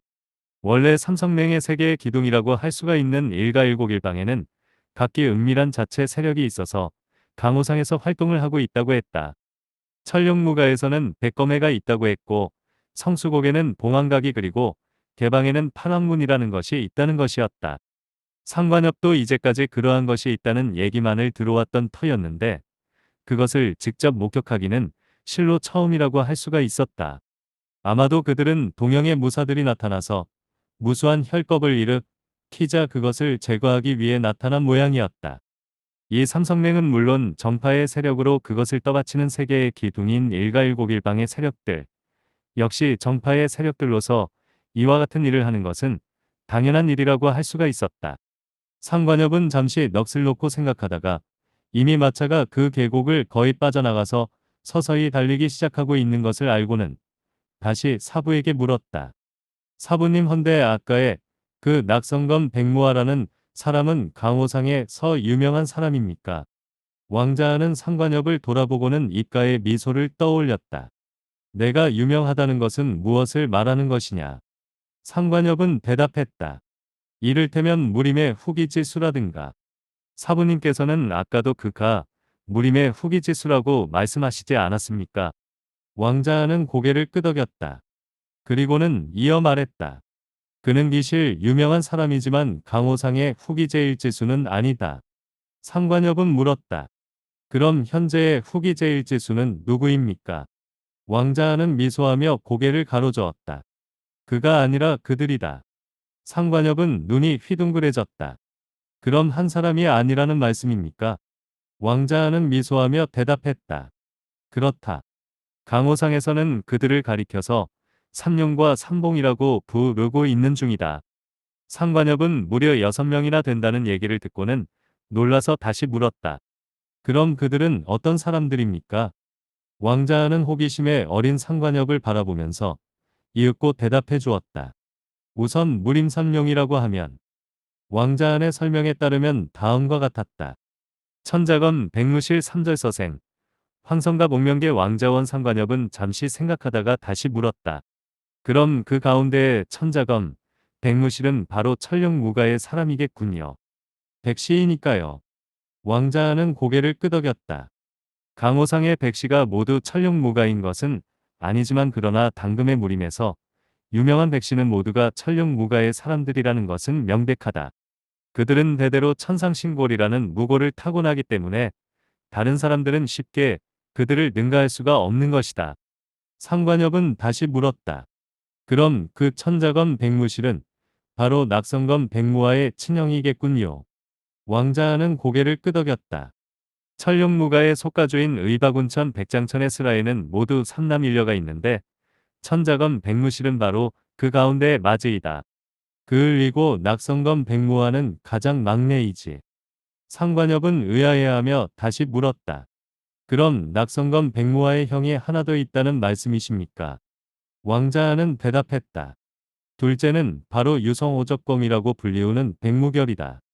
셋째는 소군주이고 마지막 넷째가 바로 낙성검 백무하인 것이다. 상관협은 천령무가의 자제들 가운데에서 가장 막내가 그와 같은 능력을 가지고 있는 것을 알고는 그만 놀라운 느낌에 젖었다.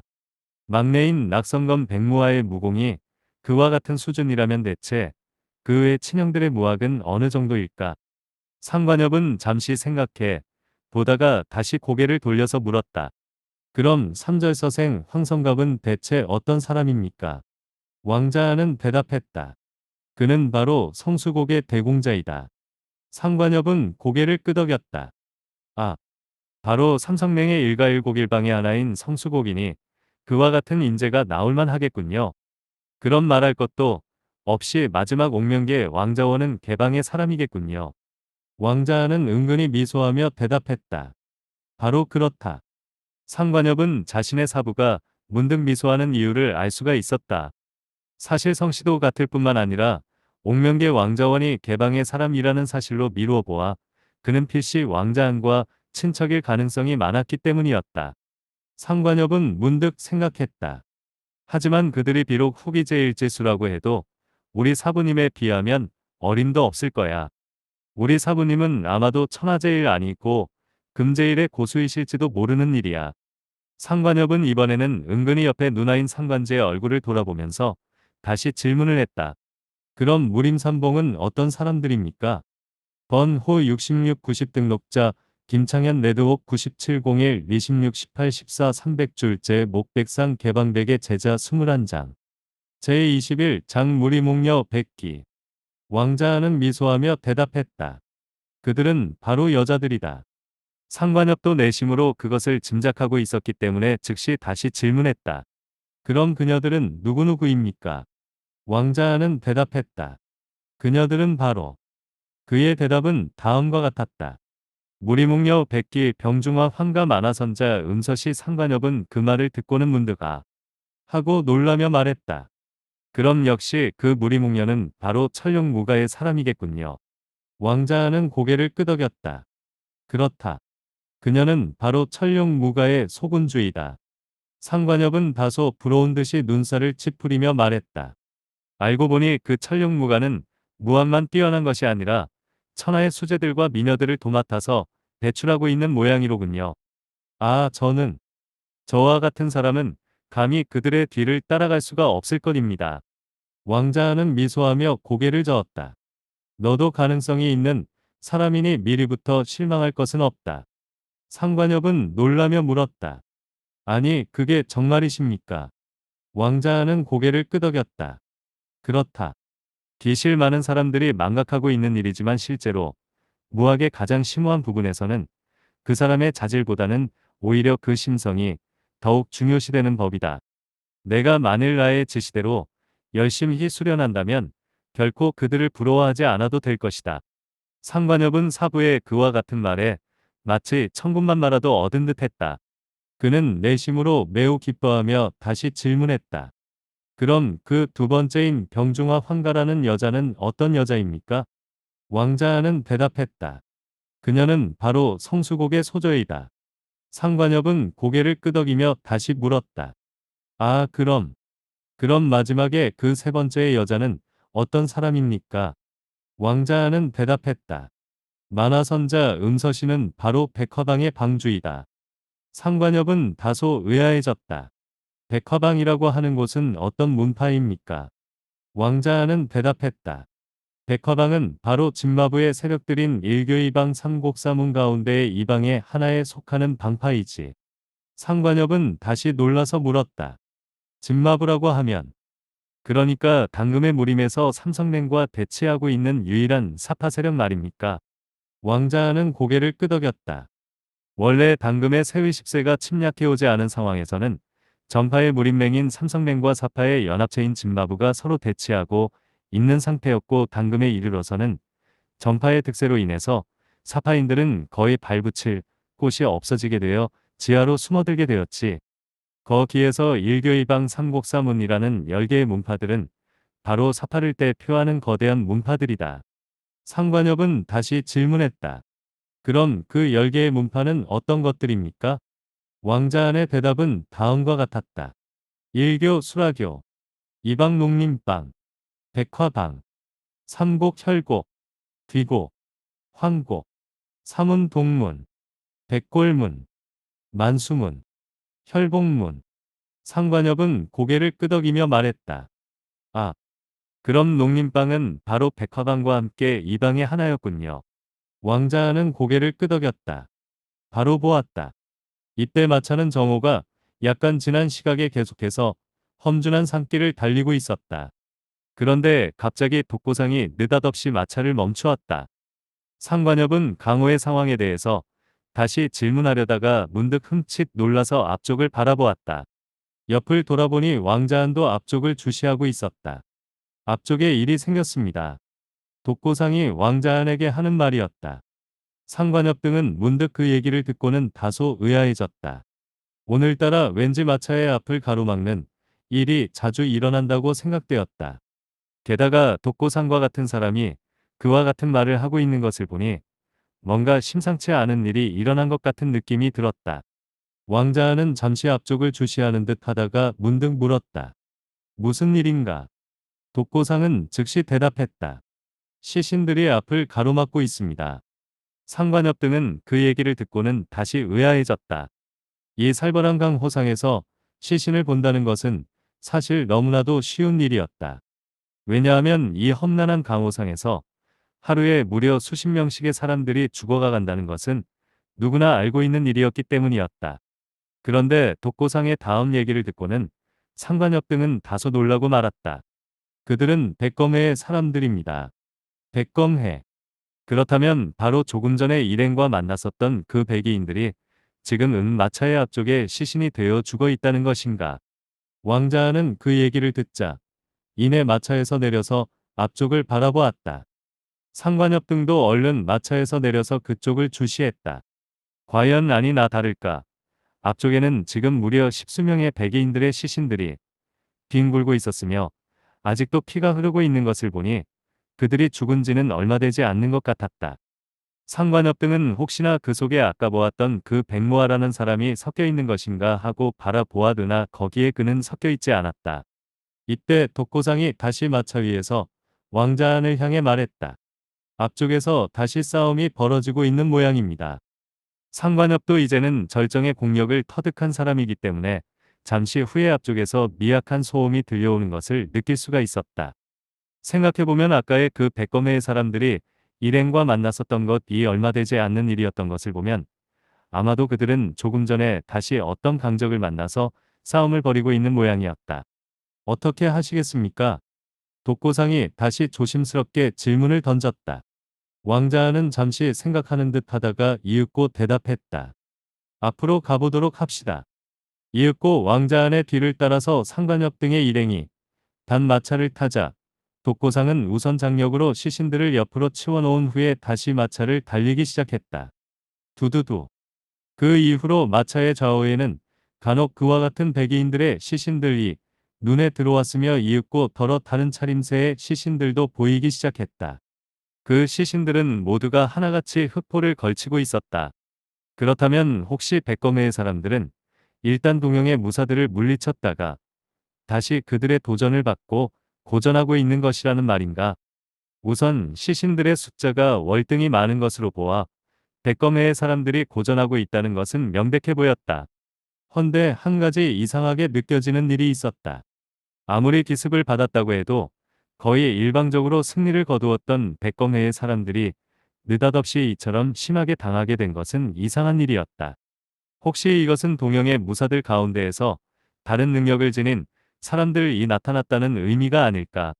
이윽고 마차는 잠시 동안 달려서 어떤 넓은 평지에 이르렀다. 이 평지는 주위에 야산으로 둘러싸여 있었는데 지금 그곳에는 한창 치열한 격전이 벌어지고 있는 중이었다. 독고상은 그 격전지의 앞에 이르러서 마차를 멈춰 세웠다. 왕자는 즉시 마차에서 내려서 그 광경을 바라보았고 상관엽 등도 뒤따라 마차에서 내려서 시선을 그쪽으로 보냈다. 그런데 문득 그쪽을 바라보던 상관엽은 다소 놀랐다. 과연 아니나 다를까 지금 백검회의 사람들은 아까의 그 당당하던 기세는 간 곳이 없고 하나같이 크게 수세에 몰린 채로 심하게 당하고 있었기 때문이었다. 백검회의 백의인들은 지금 갈갈이 분산되어서 공격을 당하고 있었고 그들을 공격하고 있는 흑포인들은 기세를 올리고 있는 중이었다. 상관엽은 그들 가운데에서 이미 보았던 천룡무가의 백무화를 찾아낼 수가 있었다. 낙성검 백무화는 지금 몇 명의 백검회의 사람들과 함께 대여섯 명의 흑포인들을 상대하며 격전을 벌이고 있었는데 약간 수세로 보였다. 그들의 주위에는 시신들이 깔려 있었는데 그럼에도 그다지 새에 몰리지 않고 있는 것은 필시 이제 남은 사람들이 백검회의 정예에 속하는 사람들이기 때문인 모양이었다. 그들을 공격하고 있는 사람들 가운데에서 머리에 중립을 쓰고 있는 흑포인들이 2명이나 되었고, 백무하는 그 가운데 한 사람과 한창 치열한 격전을 벌이고 있었다. 확실히 그 낙성검이라는 벼로는 명불허전이라고 할 수가 있었다. 상황이 그와 같았지만 오히려 백무하는 기세가 죽지도 않고 거의 유일하게 수세에 몰리지 않고 한성과도 같은 검기를 발출하여 오히려 상대방인 흑포 중립인을 몰아세워가고 있는 중이었다. 오히려 지금 수세에 심하게 몰리고 있는 쪽은 비교적 숫자가 많이 몰려있는 백검 회원들이 있는 쪽이었는데, 거기에는 물론 흑포인들의 숫자도 많았고 또한 우두머리급으로 보이는 중립인들도 무려 5명이나 되었다. 상관협은 아까는 이 중립인들을 보지 못했었다. 따라서 실로 그 중립인들이 흑포인들의 정의이며 그들이 나타났기 때문에 백검회의 인원들이 몰리고 있는 것이라고 생각했다. 과연 아니나 다를까 중립인들이 장검을 눈부시게 휘두르자 그들과 맞서던 백의인들의 신형이 마치 추풍낙엽처럼 쓰러져 가고 있었다. 그들이 펼치고 있는 무예는 다른 흑포인들의 이도리와는 다른 것이었다. 우선 그들은 장검을 사용했는데 거기에서 흡사 무지개와도 같은 검광이 하늘을 찌를 듯이 일어나면서 백의인들을 꼼짝도 못하게 만들어버리는 것이었다. 비록 지금 그들과 대항하고 있는 백의인들의 무공은 죽은 동료들에 비해서 월등한 것들이었지만, 그러나 그것으로도 그들은 중립인들의 무공을 상대할 수가 없었다. 기실 지금 그 중립인들이 펼치고 있는 무예는 바로 낙일류라는 것으로 단 1검에 떨어지는 해를 베어버린다는 동영의 필살의 검초식이었다. 그것은 가히 동영무의 정화라고 할 만했다. 게다가 다른 흑포인들과는 달리 그들의 무예는 이미 최절정의 백연탄의 경지에 이르러 있었다. 그들의 신형은 흡사 유령처럼 움직이고 있었고, 그리하여 사방을 누비면서 백의인들의 수급을 낙엽처럼 휘날리고 있었다. 왕자항과 독고상은 이미 그러한 검법을 펼치는 사람들을 이전에 본 적이 있었다. 다만 지금은 그러한 고수가 이렇게 많이 있다는 사실이 기이할 뿐이었다. 틀림없이 지금 그들과 함께 보조를 맞추어서 움직이고 있는 다른 흑포인들의 무공 역시 인류의 경지를 벗어나는 것 같았다. 지금 그곳에서 무리를 지어서 안간힘을 다해서 버티고 있는 백의인들의 숫자는 대략 30명에 달했다. 그들은 둥글게 원을 이루어서 흑포인들의 공격에 처절하게 대항하고 있었다. 상관협 등은 그것을 보고 일시 의아해졌다. 지금 그들은 실로 완연한 수세인데도 어째서 그와 같이 달아나지 않고 원을 그리며 버티고 있는가 하는 것이었다. 만일 이치대로라면 그렇게 나가다가는 한 사람도 달아날 수가 없게 될 것이었다. 혹시 그들은 동료들의 죽음에 분격한 나머지 그와 같이 서로 간에 옥세하기로 각오가 되어 있다는 것인가? 그렇지는 않았다. 만일 그와 같이 백검회가 미련한 집단이었다면 지금까지 그와 같은 명성을 날리지는 못했었을 것이었다. 상관협 등은 일순 그 백의인들이 둥글게 원을 그리면서 사수하고 있는 공지의 중앙에 얼핏 한 명의 백의 소녀가 가부좌를 틀고 앉아있는 것을 볼 수가 있었다. 기실 백검회의 인원들은 그 백의 소녀를 보호하기 위해 그와 같이 그녀가 있는 공지를 에워싸고 흑포인들이 안으로 침입하지 못하게 하고 있는 것이었다. 보아하니 그토록 급박한 위기 속에서도 끝까지 사수하려고 하는 것을 보니 아마도 그 백의 소녀의 존재가 대단히 중요한 모양이었다. 중립인들의 무공이 대단히 높아서 그들이 장검을 휘두를 때면 여지없이 백의인들이 하나둘씩 쓰려져 가곤 했다. 하지만 어느새 그 빈틈을 다시 수명의 백의인들이 들어서서 메워버리는 것이었다. 백의 소녀 그녀는 지금 치열한 격전장의 중앙에 앉아있는 상태였기 때문에 그 모습이 잘 보이지 않고 있었다. 그러나 상관협 등이 옆에 있는 높은 둔덕 위에 올라가 보니 그제서야 자세히 살필 수가 있었다. 그녀는 얼핏 보기에도 지극히 아름다운 용모를 하고 있었다. 아마도 무슨 극독에 당했던 듯이 그녀의 미간에는 어슴푸레하게 검은 기운이 깔려 있었으나 그것이 점차로 열버가고 있었고, 그녀의 주위에는 약간 거무스레한 기운이 뿌옇게 안개처럼 일어나고 있었다. 필시 그녀는 운공조식을 하여 체내의 독을 밀어내고 있는 모양이었다. 그녀의 주위에 피어나는 안개와도 같은 기운이 강렬하여 그녀의 공력이 실로 대단하다는 것을 느낄 수가 있게 했다. 그 안개와도 같은 기운은 점차로 강렬해지다가 이윽고 마치 옥처럼 투명한 빛깔로 변해가기 시작했다. 그런데 가장 기이한 일은 그러한 상황에서도 그녀의 미모는 실로 대답해서 마치 천상에서 내려온 선녀와도 흡사하다는 사실이었다.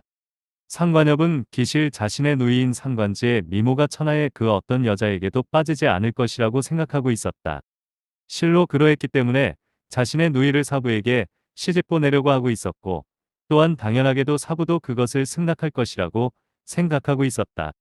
그런데 이 순간에 바라본 백의 소녀의 얼굴은 그야말로 상관지의 얼굴에 비해 수십 배는 아름다운 것이었으며 치 흙으로 빚어놓은 모습과 옥으로 정교하게 깎아놓은 모습을 비교하고 있는 것과도 같은 상태였다. 백의 소녀의 얼굴과 비하면 상관제의 얼굴은 그야말로 암원숭이의 얼굴과 다름이 없다고 해야 할 것이었다. 상관엽은 그녀의 얼굴을 본 순간의 실로 그 눈부신 미모에 정신이 아득할 정도였다. 그는 실로 세상에 이와 같은 천하절색이 살고 있을 줄은 상상도 하지 못했다. 그녀는 보통 사람들처럼 음식을 먹고 사는 사람 같지가 않았고 오직 이슬과 꽃잎을 먹고 살아가는 정령인 것 같았다. 상관엽은 그러한 백의 소녀의 얼굴을 보자마자 내심 한숨을 내쉬면서 생각했다. 실로 천하는 넓고 넓어서 제사와 가인들은 끝도 없이 존재하고 있구나. 그녀는 혹시 무림삼봉의 하나인 무리묵녀 백기가 아닐까. 보아하니 그 백의 소녀의 용모가 낙성검 백무화와 비슷한 점이 있는 것 같아서 혹시 천령무가의 소군주가 아닌가 하고 생각한 것이었다. 아니, 그러한 추측은 옳은 것 같았다. 실로 천령무가의 소군주가 아니라면 백검회의 인원들이 저토록 결사적으로 보호하려고 하지 않을 것이기 때문이었다. 상관엽은 다시 생각했다. 저 여자가 저렇게 아름다우니 만일 사부께서 저러한 여자에게 마음을 두시고 우리 누이를 물리치신다면, 그렇게 된다면 나는 어떻게 해야 할까? 상관엽은 아직 나이가 어리기 때문에 남녀 간의 애정에 대해서는 다소 민감하지 못했으나 누이를 생각하는 마음은 애틋하기 짝이 없었다. 그 백의 소녀는 나이가 이제 18, 9세 정도였는데 그토록 험악한 격전 속에서도 옹기조식을 하고 있는 광경이 지극히 초연해 보여서 마치 세상사를 잊고 살아가는 선녀인 듯했다. 바로 그 순간에 드디어 많은 사상자가 발생하자 중립인을 저지해하던 포위망이 뚫리고 말았다. 중립인 두 명이 일시에 앞으로 달려들어서 두 명의 백의인들 제거하자 뒤를 이어 그곳을 메워줄 백의인들이 없었던 것이었다. 이제 백의인들의 숫자는 10여 명에 달했다. 아까와는 달리 숫자 면에서도 부족하게 되었으므로 백검회의 인원들은 도저히 포위망을 더 이상 유지할 수가 없었던 것이었다. 일단 그와 같이 포위망이 뚫리게 되자 그 두 명의 중립인들은 거의 동시에 신형을 날려서 중앙의 백의 소녀를 향해 덮쳐 들어갔다. 독고상은 이것을 보자 즉시 그쪽으로 날아가서 도움을 주려고 했다. 그런데 바로 이 순간에 왕자안이 가볍게 손을 들어서 제지하는 것이 아닌가. 독고상은 다소 의아한 생각이 들었지만 이내 왕자안의 지시대로 신형을 멈추고서 다시 사태를 관망했다. 그 순간에 백의 소녀는 아직도 체내의 도끼를 제거하지 못한 듯이 미간에는 여전히 예의 그 거무스레한 기운이 어려 있었다. 헌데 다음 순간의 일이었다. 중립인들이 자신을 향해 날아들어 오자 문득 감고 있었던 눈을 번쩍 뜸과 동시에 백의 소녀는 돌연품 속에서 한 자루의 날이 시퍼런 소금을 뿜아듬과 동시에 허공으로 신형을 훌쩍 날리는 것이 아닌가. 그와 함께 기이하게도 허공에서는 무수한 백화가 만발하게 피어나기 시작하고 있었다. 번호 67 90 등록자 김창현 레드옥 9701 26 18 15 346줄 제목 백상 개방백의 제자 22장 제22 장 철룡 무가의 사람들 삶 상관엽 등은 그와 같은 광경을 바라보고는 크게 놀랐다. 기실 알고 보니 그 백의 소녀는 일신의 놀라운 절기를 소유하고 있었던 것이었다. 춤. 그것은 일견 보기에는 하나의 아주 환상적인 건무처럼 보였다. 그녀의 전신은 눈에 보이지 않게 허공에서 두둥실 떠다니며 춤을 추고 있었고 그에 따라서 사방에는 백색의 거마가 눈부시게 피어나서 허공을 온통 가리고 있었다. 그것은 일종의 경이었다. 과연 이러한 무학이 존재하는 것인지 그 자체가 의심스러울 지경이었다. 불과 조금 전까지만 해도 중독이 두어서 웅기조식을 하고 있었던 백의 소녀가 실로 그와 같은 무학을 펼칠 수가 있다는 사실이 믿기지가 않았다. 그러나 기실 가장 놀란 사람들은 예의 그 두 명의 중립인들이었다. 그들은 일순간에 백의 소녀를 제거하기 위해 안으로 돌파해 들어왔으나 이내 그녀가 펼치고 있는 가공할 건무에 눈이 휘둥그레졌다. 그것은 마치 환상과도 같았다. 어느새 사방의 허공뿐만 아니라 자신들까지 가려버리려고 하는 것이 아닌가. 따라서 놀라운 심정은 잠깐이었다. 그들은 즉시 신들의 최대의 절기를 사용하여 상대를 향해 동시에 공격해 들어가기 시작했다. 번쩍, 번쩍. 동영의 거막의 정수라고 하는 나길류의 거막이 동시에 눈부신 무지개를 토하면서 가공할 모습으로 드러났다. 그 두 개의 눈부신 검기는 마치 안개 속을 가르는 광채처럼 그대로 일직선으로 백의 소녀의 건물을 가르려고 하는 것 같았다. 아니 일순간에 거의 그 눈부신 거마의 장막을 양단해버린 것 같았다. 헌데 다음 순간의 일이었다. 한순간 그 거의 한 검기에 의해서 양단될 것으로 생각되었던 백의 소녀의 신형이 마치 헛개비처럼 흔들리더니 다시 무수한 거마를 토해내는 것이 아닌가.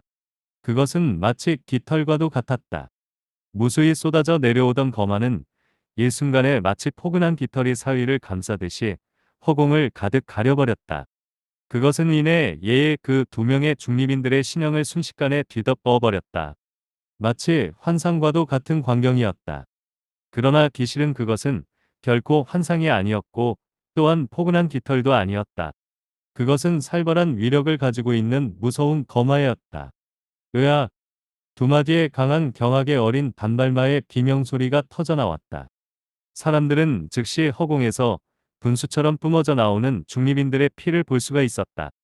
붉은 핏줄기는 백색의 거마를 붉게 물들이는 듯 했는데 어느새 그러한 거마는 흔적도 없이 사라졌다.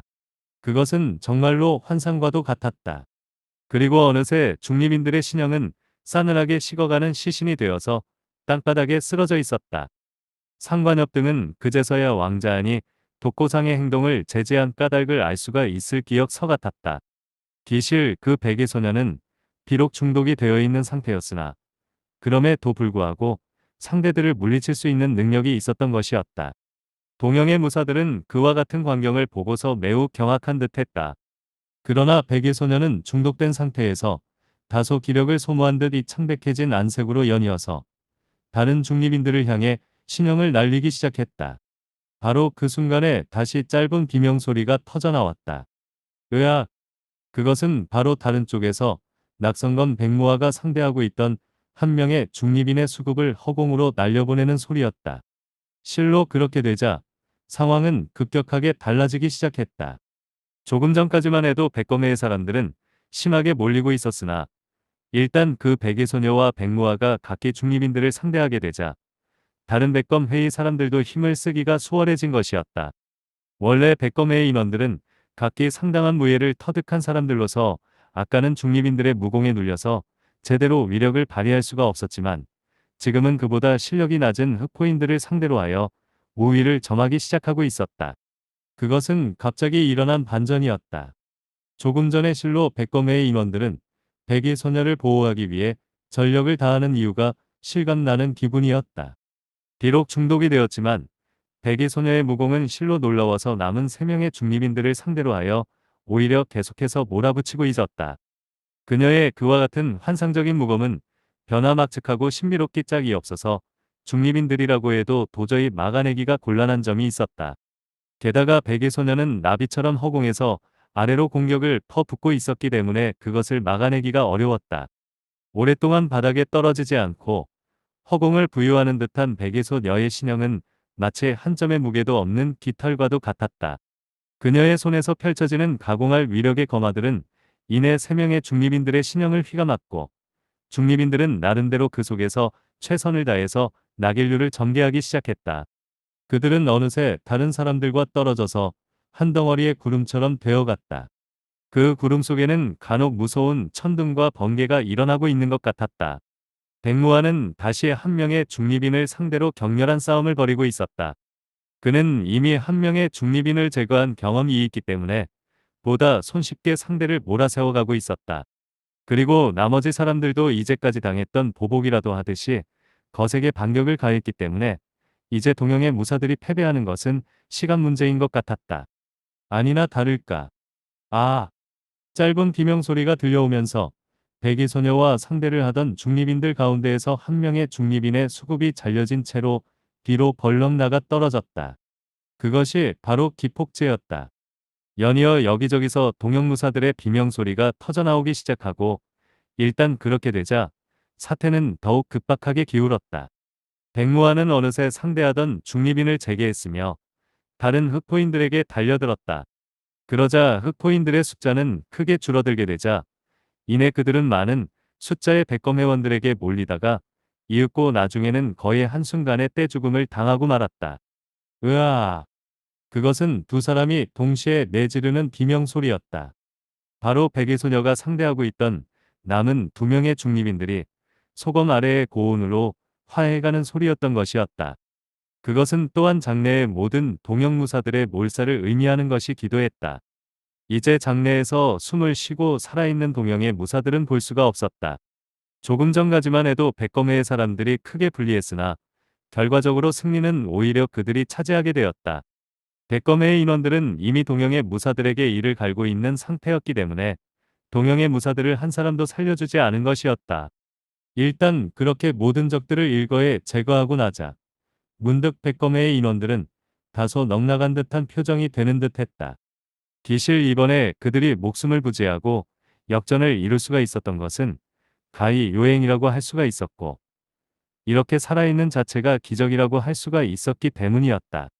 실로 조금 전의 격전은 치열하고 험악하기 짝이 없었다. 비록 승리를 했다고는 하나 백검회의 인원들 가운데에서 심하게 부상을 입은 사람들이 많았고 게다가 전혀 움직일 수 없게 되어버린 사람들도 많았다. 전신에 전혀 상처를 입지 않은 사람은 거의 없다고 할 수가 있었다. 그러나 이윽고 그들은 마음을 가다듬고서 천천히 움직이며 사태를 수습하기 시작했다. 죽은 동료들의 시신을 수습하고 심한 부상을 입은 사람들의 급조치를 하는 한편 챙길 것들을 챙겼다. 그것은 그들의 우두머리라고 할 수가 있는 백무와도 마찬가지였다. 그는 잠시 동안 백검 회원들에게 그와 같은 일들을 지시하고 있다가 이윽고 뒤늦게 일행이 있는 것을 발견했는지 천천히 이쪽으로 다가왔다. 우리는 다시 만나게 되는구려. 왕자안이 미소하며 먼저 입을 열어 말했다. 백무하는 잠시 피 묻은 옷차림으로 서서 일행을 차례대로 주시하고 있다가 이윽고 약간 사늘해진 음성으로 대꾸했다. 재수없게도 그렇게 되었군요. 왕자안은 웃으면서 말했다. 재수가 없다는 말은 그러니까 우리가 반갑지 않다는 말씀이요. 백무하는 대답을 회피하고는 되물었다. 당신들은 정말로 우연히 이곳에 온 것이요. 왕자는 대꾸했다. 그럼 우리가 일부러 이곳으로 왔다고 생각하시오. 우리는 사실 구태여 여러분이 고전을 하는 광경을 보고 싶지가 않았지만 낙양으로 가려면 이 길이 지름길이기 때문에 어쩔 수가 없었소. 백무아도 그것을 인정했는지 잠시 생각하다가 다시 말했다. 우리는 조금 전에 매우 힘든 격전을 치루었기 때문에 뒤아들을 좋지 않게 보는 것이 당연한 일이요. 왕자는 말했다. 물론 당신들은 그와 같은 사실들이 남들에게 보여지는 것을 원하지 않겠지. 우리는 사실 도중에 도와주려고 했지만 일부러 그렇게 하지 않았소. 백무하는 일순 안색을 시뻘겋게 물들이면서 소리쳤다. 그것은 무엇 때문이오? 일반적으로 강호인들은 명예를 목숨보다 더욱 귀중하게 여기는 법이었다. 사파인들이라고 해도 최소한의 그러한 의식들은 가지고 있다.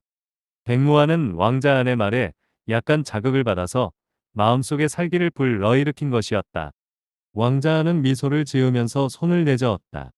그것은 물론 당신들이 승리할 것을 예측하고 있었기 때문이오. 백무하는 일시 왕자안의 말을 듣고 그것을 어떻게 해석해야 할지를 모르는 모양이었다. 그때 문득 한 줄기의 싸늘하면서도 지극히 아름다운 음성이 들려와서 주의를 환기시켰다. 무하야. 그들을 나쁘게 생각할 필요는 없다. 일행은 즉시 그쪽으로 고개를 돌렸다. 백의소녀 아니나 다를까 지금 그 백의소녀가 이쪽으로 가까이 다가와서는 일행을 주시하고 있는 중이었다. 그 백의소녀는 막상 가까이서 보자 아까보다 수십 배나 더 아름다운 것 같았다. 실로 눈부신 미모를 바라보면서 상관엽은 은근히 자신의 누이를 생각했다. 백무와도 일시 다소 어리둥절한 듯이 그 백의 소녀를 바라보다가 이윽고 왕자안을 향해 싸늘하게 웃으면서 말했다. 그녀는 바로 나의 누이요. 그렇다. 백무와의 누이라면 바로 천룡무가의 소군주인 무리묵녀 백기가 아니면 누구이겠는가. 실로 그녀가 무림산봉 가운데의 하나라는 사실은 아주 당연하게 생각되는 것이었다. 왕자는 백무와의 얘기를 듣고는 그 백의 소녀를 향해 고개를 돌리며 입을 열었다. 아니 미처 입을 열지도 못했는데 이미 그녀가 먼저 말하고 있었다. 당신이 바로 왕자안이라는 사람인가요? 순간 일행은 하나같이 크게 놀라고 말았다. 심지어 조금 전에 백무와조차도 직접 얘기를 듣고서야 비로소 왕자안의 이름을 듣고서야 알 수가 있었던 것이었다. 이 왕자안은 아직 강호에 나온 일이 거의 없는 상태이고 또한 이 백의 소녀와도 처음으로 만나고 있는 사이였다. 대체 어떻게 그녀는 왕자안의 이름을 알고 있는 것일까? 하긴 백무아라는 자가 미리 가르쳐 주었겠지. 상관엽은 혼자서 생각해 보다가 그와 같은 결론을 내리게 되었다. 왕자안은 담담히 웃으면서 대답했다. 그렇소만 소전은 혹시 무리묵녀 백기 백랑자가 아니시오. 백의 소녀는 그 말을 듣자 입가에 한 줄기의 기이한 미소를 머금었다. 지극히 아름다운 그녀가 미소를 짓자 그야말로 보는 사람들의 혼백을 빼앗아갈 것 같았고 사방을 일시에 훤하게 만드는 것 같았다. 그것은 혹시 나의 동생이 가르쳐 준 것인가요? 왕자안이 미처 입을 열어 대답하려고 하기도 전에 그 백의 소녀는 어느새 신형을 유령처럼 날려서 일행의 앞에 도달하고 있었다. 그녀는 조금 전에 격렬한 싸움을 치루었지만 그러나 그녀의 전 신에는 핏방울 하나 묻어있지 않아서 마치 이제 금방 아침 이슬을 밟고 나타난 선녀와도 같았다. 아직 그녀의 얼굴 가운데의 미간에는 약간의 거무스레한 기운이 서려 있었는데 그것은 그녀의 밑에에 조금도 손상을 입히지 못하는 것이었다. 일행은 백의 소녀가 다가오자 일시에 그녀의 전신의 시선이 빨려 들어가는 것 같은 착각마저 느끼게 되었다. 지금 그녀는 자신의 이름을 그대로 인정한 셈이었다. 왕자는 역시 미소하며 대꾸했다. 그렇소만 낭자가 나의 이름을 알게 된 이유 또한 누구에게서 그와 같은 얘기를 들었기 때문이 아니겠소. 백의 소녀 무리묵녀 백기는 다소 의아한 듯한 표정으로 말했다. 아니 그것을 당신이 어떻게 알고 있죠? 상관엽은 옆에서 듣고 있다가 문득 생각했다. 알고 보니 그녀는 얼굴만 저렇게 아름다울 뿐이지 머리는 우리 누나보다는 둔한 평이로군. 하기야 그러한 얘기야. 내가 너의 동생인 백무하에게 들은 것이라는 점은 누구라도 생각할 수가 있는 것이 아닌가. 왕자는 미소하며 대답했다. 나는 미루어 짐작한 것이요.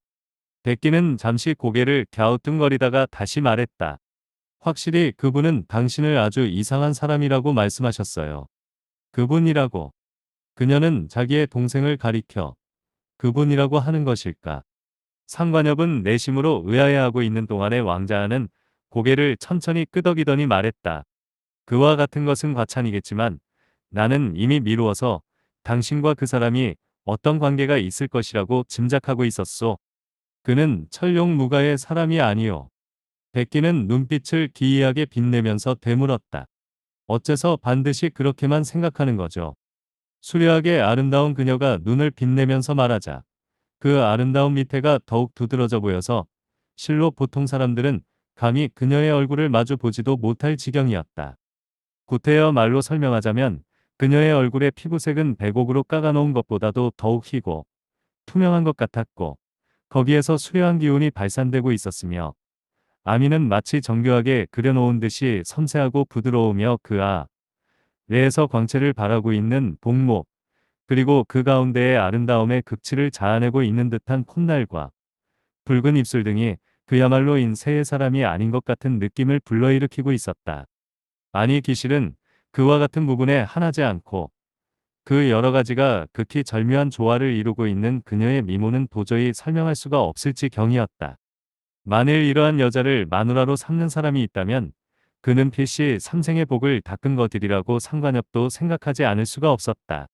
왕자는 그러나 여전히 태연한 신색으로 대답했다. 천룡무가의 사람들은 천하를 지배하고 있기 때문이요. 문득 백기는 가볍게 웃음을 터뜨렸다. 호호, 당신의 그 말씀은 이상하군요. 설마하니 당금의 강호상에서 우리 백씨만이 대단하다는 것인가요? 왕자는 대답했다. 천하의 백씨가 모두 그와 같은 것은 아니요. 오직 천룡무가의 사람들만이 천하를 지배하고 있고 또한 대단하다는 것이요. 백기는 눈빛을 기이하게 빛내면서 다시 물었다. 그래서 당신은 그분이 저와 어떤 관계가 있을 것이라고 생각한 것인가요? 왕자는 고개를 끄덕였다. 그렇소. 솔직히 천하에서 두각을 나타내고 있는 백씨는 거의 다 그쪽이기 때문이요. 이때 주위의 백검회의 인원들은 거의 모든 수습을 마치고 두사 라메즈시를 기다리고 있는 중이었다. 백기는 잠시 그들을 돌아본 다음에 왕자안에게 말했다. 하지만 당신의 그와 같은 생각은 그다지 치밀하지 못하고 엉성한 것 같군요. 왕자안은 물었다.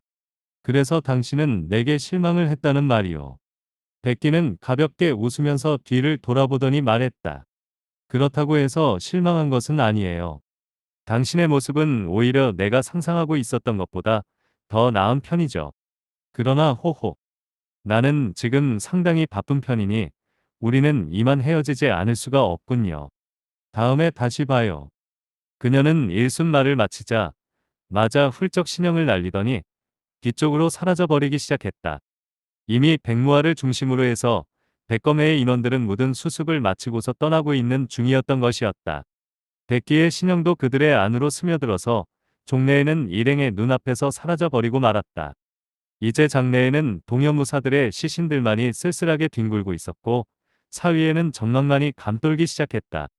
왕자는 이윽고 다시 마차 안에 들어갔으며 상관엽 등도 그 뒤를 따랐다.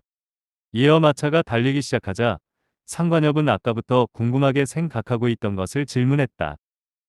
그 여자가 말했던 그 사람이라는 사람은 대체 누구입니까? 왕자는 고개를 돌려서 미소하더니 되물었다. 너는 아직도 모르겠느냐? 상관엽은 고개를 갸웃거렸다. 생각나는 사람이 있기는 하지만 그러나 그는 아닌 것 같고.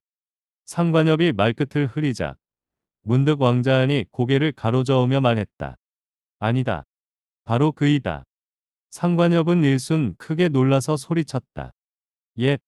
아니 그렇다면 그 백장생이라는 사람이 그가 바로 그 여자가 말하던 그 사람이라는 말입니까? 왕자는 미소했다. 바로 그렇다. 상관엽은 믿을 수 없다는 듯이 다시 물었다. 그럼 그가 그 여자에게 사부님의 성함을 가르쳐 주었다는 말씀입니까? 그가 천룡무가의 사람이고요. 왕자는 고개를 끄덕였다. 아마도 그럴 것이다. 상관엽은 내심으로 생각했다. 아, 그래서 아까 그 여자가 사부님에게 그것을 금방 간파해내 대단하다고 했었구나. 헌데 사부님께서는 어떻게 그런 일을 미리 짐작하고 계시는 것일까? 상관엽은 다시 물었다. 헌데 대체 백장생이라는 사람이 무슨 목적으로 그 여자에게 사부님과 만나보도록 했을까요? 왕자는 미소하며 고개를 가로저었다. 글쎄다. 그건 아직 잘 모르겠구나. 보나마나 사부님께서 이토록 훌륭하신 분이니까 그 여자의 신랑감으로 삼으려는 것이 아니겠는가. 보나마나 그 백장생이라는 사람은 나이로 보니 그 여자의 아저씨뻘이 되는 것 같고. 내가 미리 그가 천룡무가의 사람이라는 것을 알았어야 했는데. 상관엽은 원래 그 백기에 대해서 그다지 나쁜 감정이 있는 것은 아니었다. 실로 그와 같은 아름다운 여자는 누구에게나 즐거운 기분을 주게 되는 것이므로 누구라도 그런 여자를 나쁘게 생각할 수가 없을 것이었다. 그러나 일단 자신의 누나의 앞길에 장애가 된다고 생각하자 상관엽은 이내 그녀가 마치 자신의 적이라도 되는 것 같은 생각이 들었다.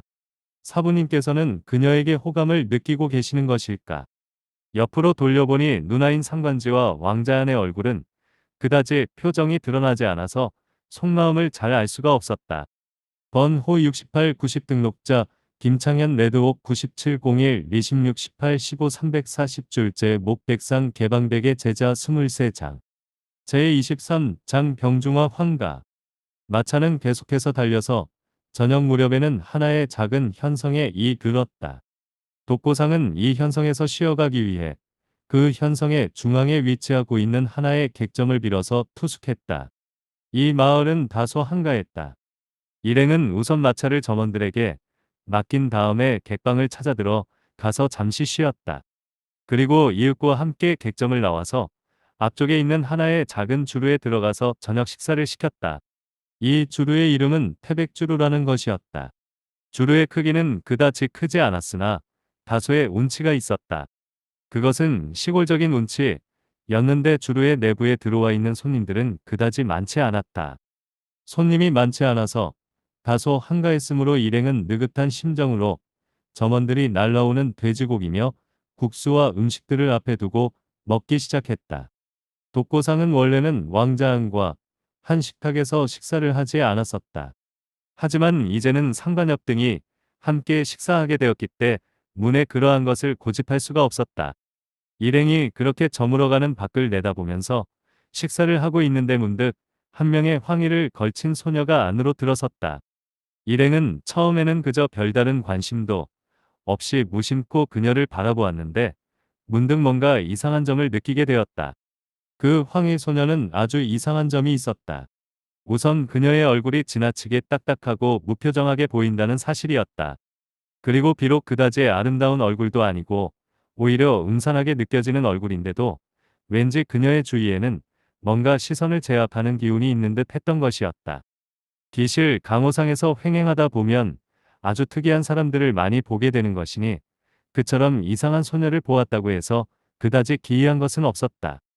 상관협 등은 다소 기이하다고 생각하기는 했으나 이내 그녀가 안쪽의 자리에 가서 앉아서 점원을 부르는 것을 보고는 고개를 돌려서 계속해서 식사를 하기 시작했다. 여기에 무슨 음식이 되나요? 그 황의 소녀의 음성은 다소 특이했다. 다소 나직하고 부드러운 듯 했으나 어쩐지 힘을 가지고 있는 것 같아서 듣는 이의 가슴을 울리는 것이었다. 점원은 물론 아무런 상관도 하지 않고 대답했다. 예, 손님.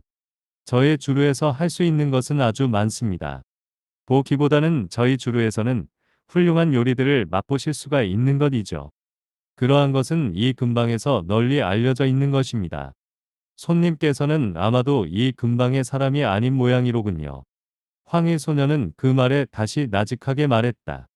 그럼 계사면 한 그릇에 몇 가지의 요리를 가져오고 거기에 여아홍을 곁들여 주세요. 일개 소녀가 이런 주루에서 혼자 들어와서 대담하게도 술을 시킨다는 것은 이미 일반의 소녀가 아니라는 말이었다. 점원이 대답을 하고 나서 물러가자 황의 소녀는 잠시 시선을 돌려서 일행이 있는 곳을 바라보는 듯 하다가 밖을 향해 시선을 돌렸다. 일행 가운데 상관협 등도 처음에는 그녀에게 관심을 가지고 있을 수가 없어서 묵묵히 식사를 하는 척했다. 그녀는 지금 일신의 병기를 지니고 있는 것 같지가 않았다. 다만 수중에 작은 보따리와 같은 것을 하나 들었는데 그것은 그저 옷보따리와 같은 것으로 병기가 들어있을 것 같지가 않았다.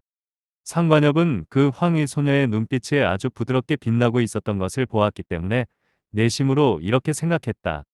그녀는 혹시 무공을 지니고 있는 것일까?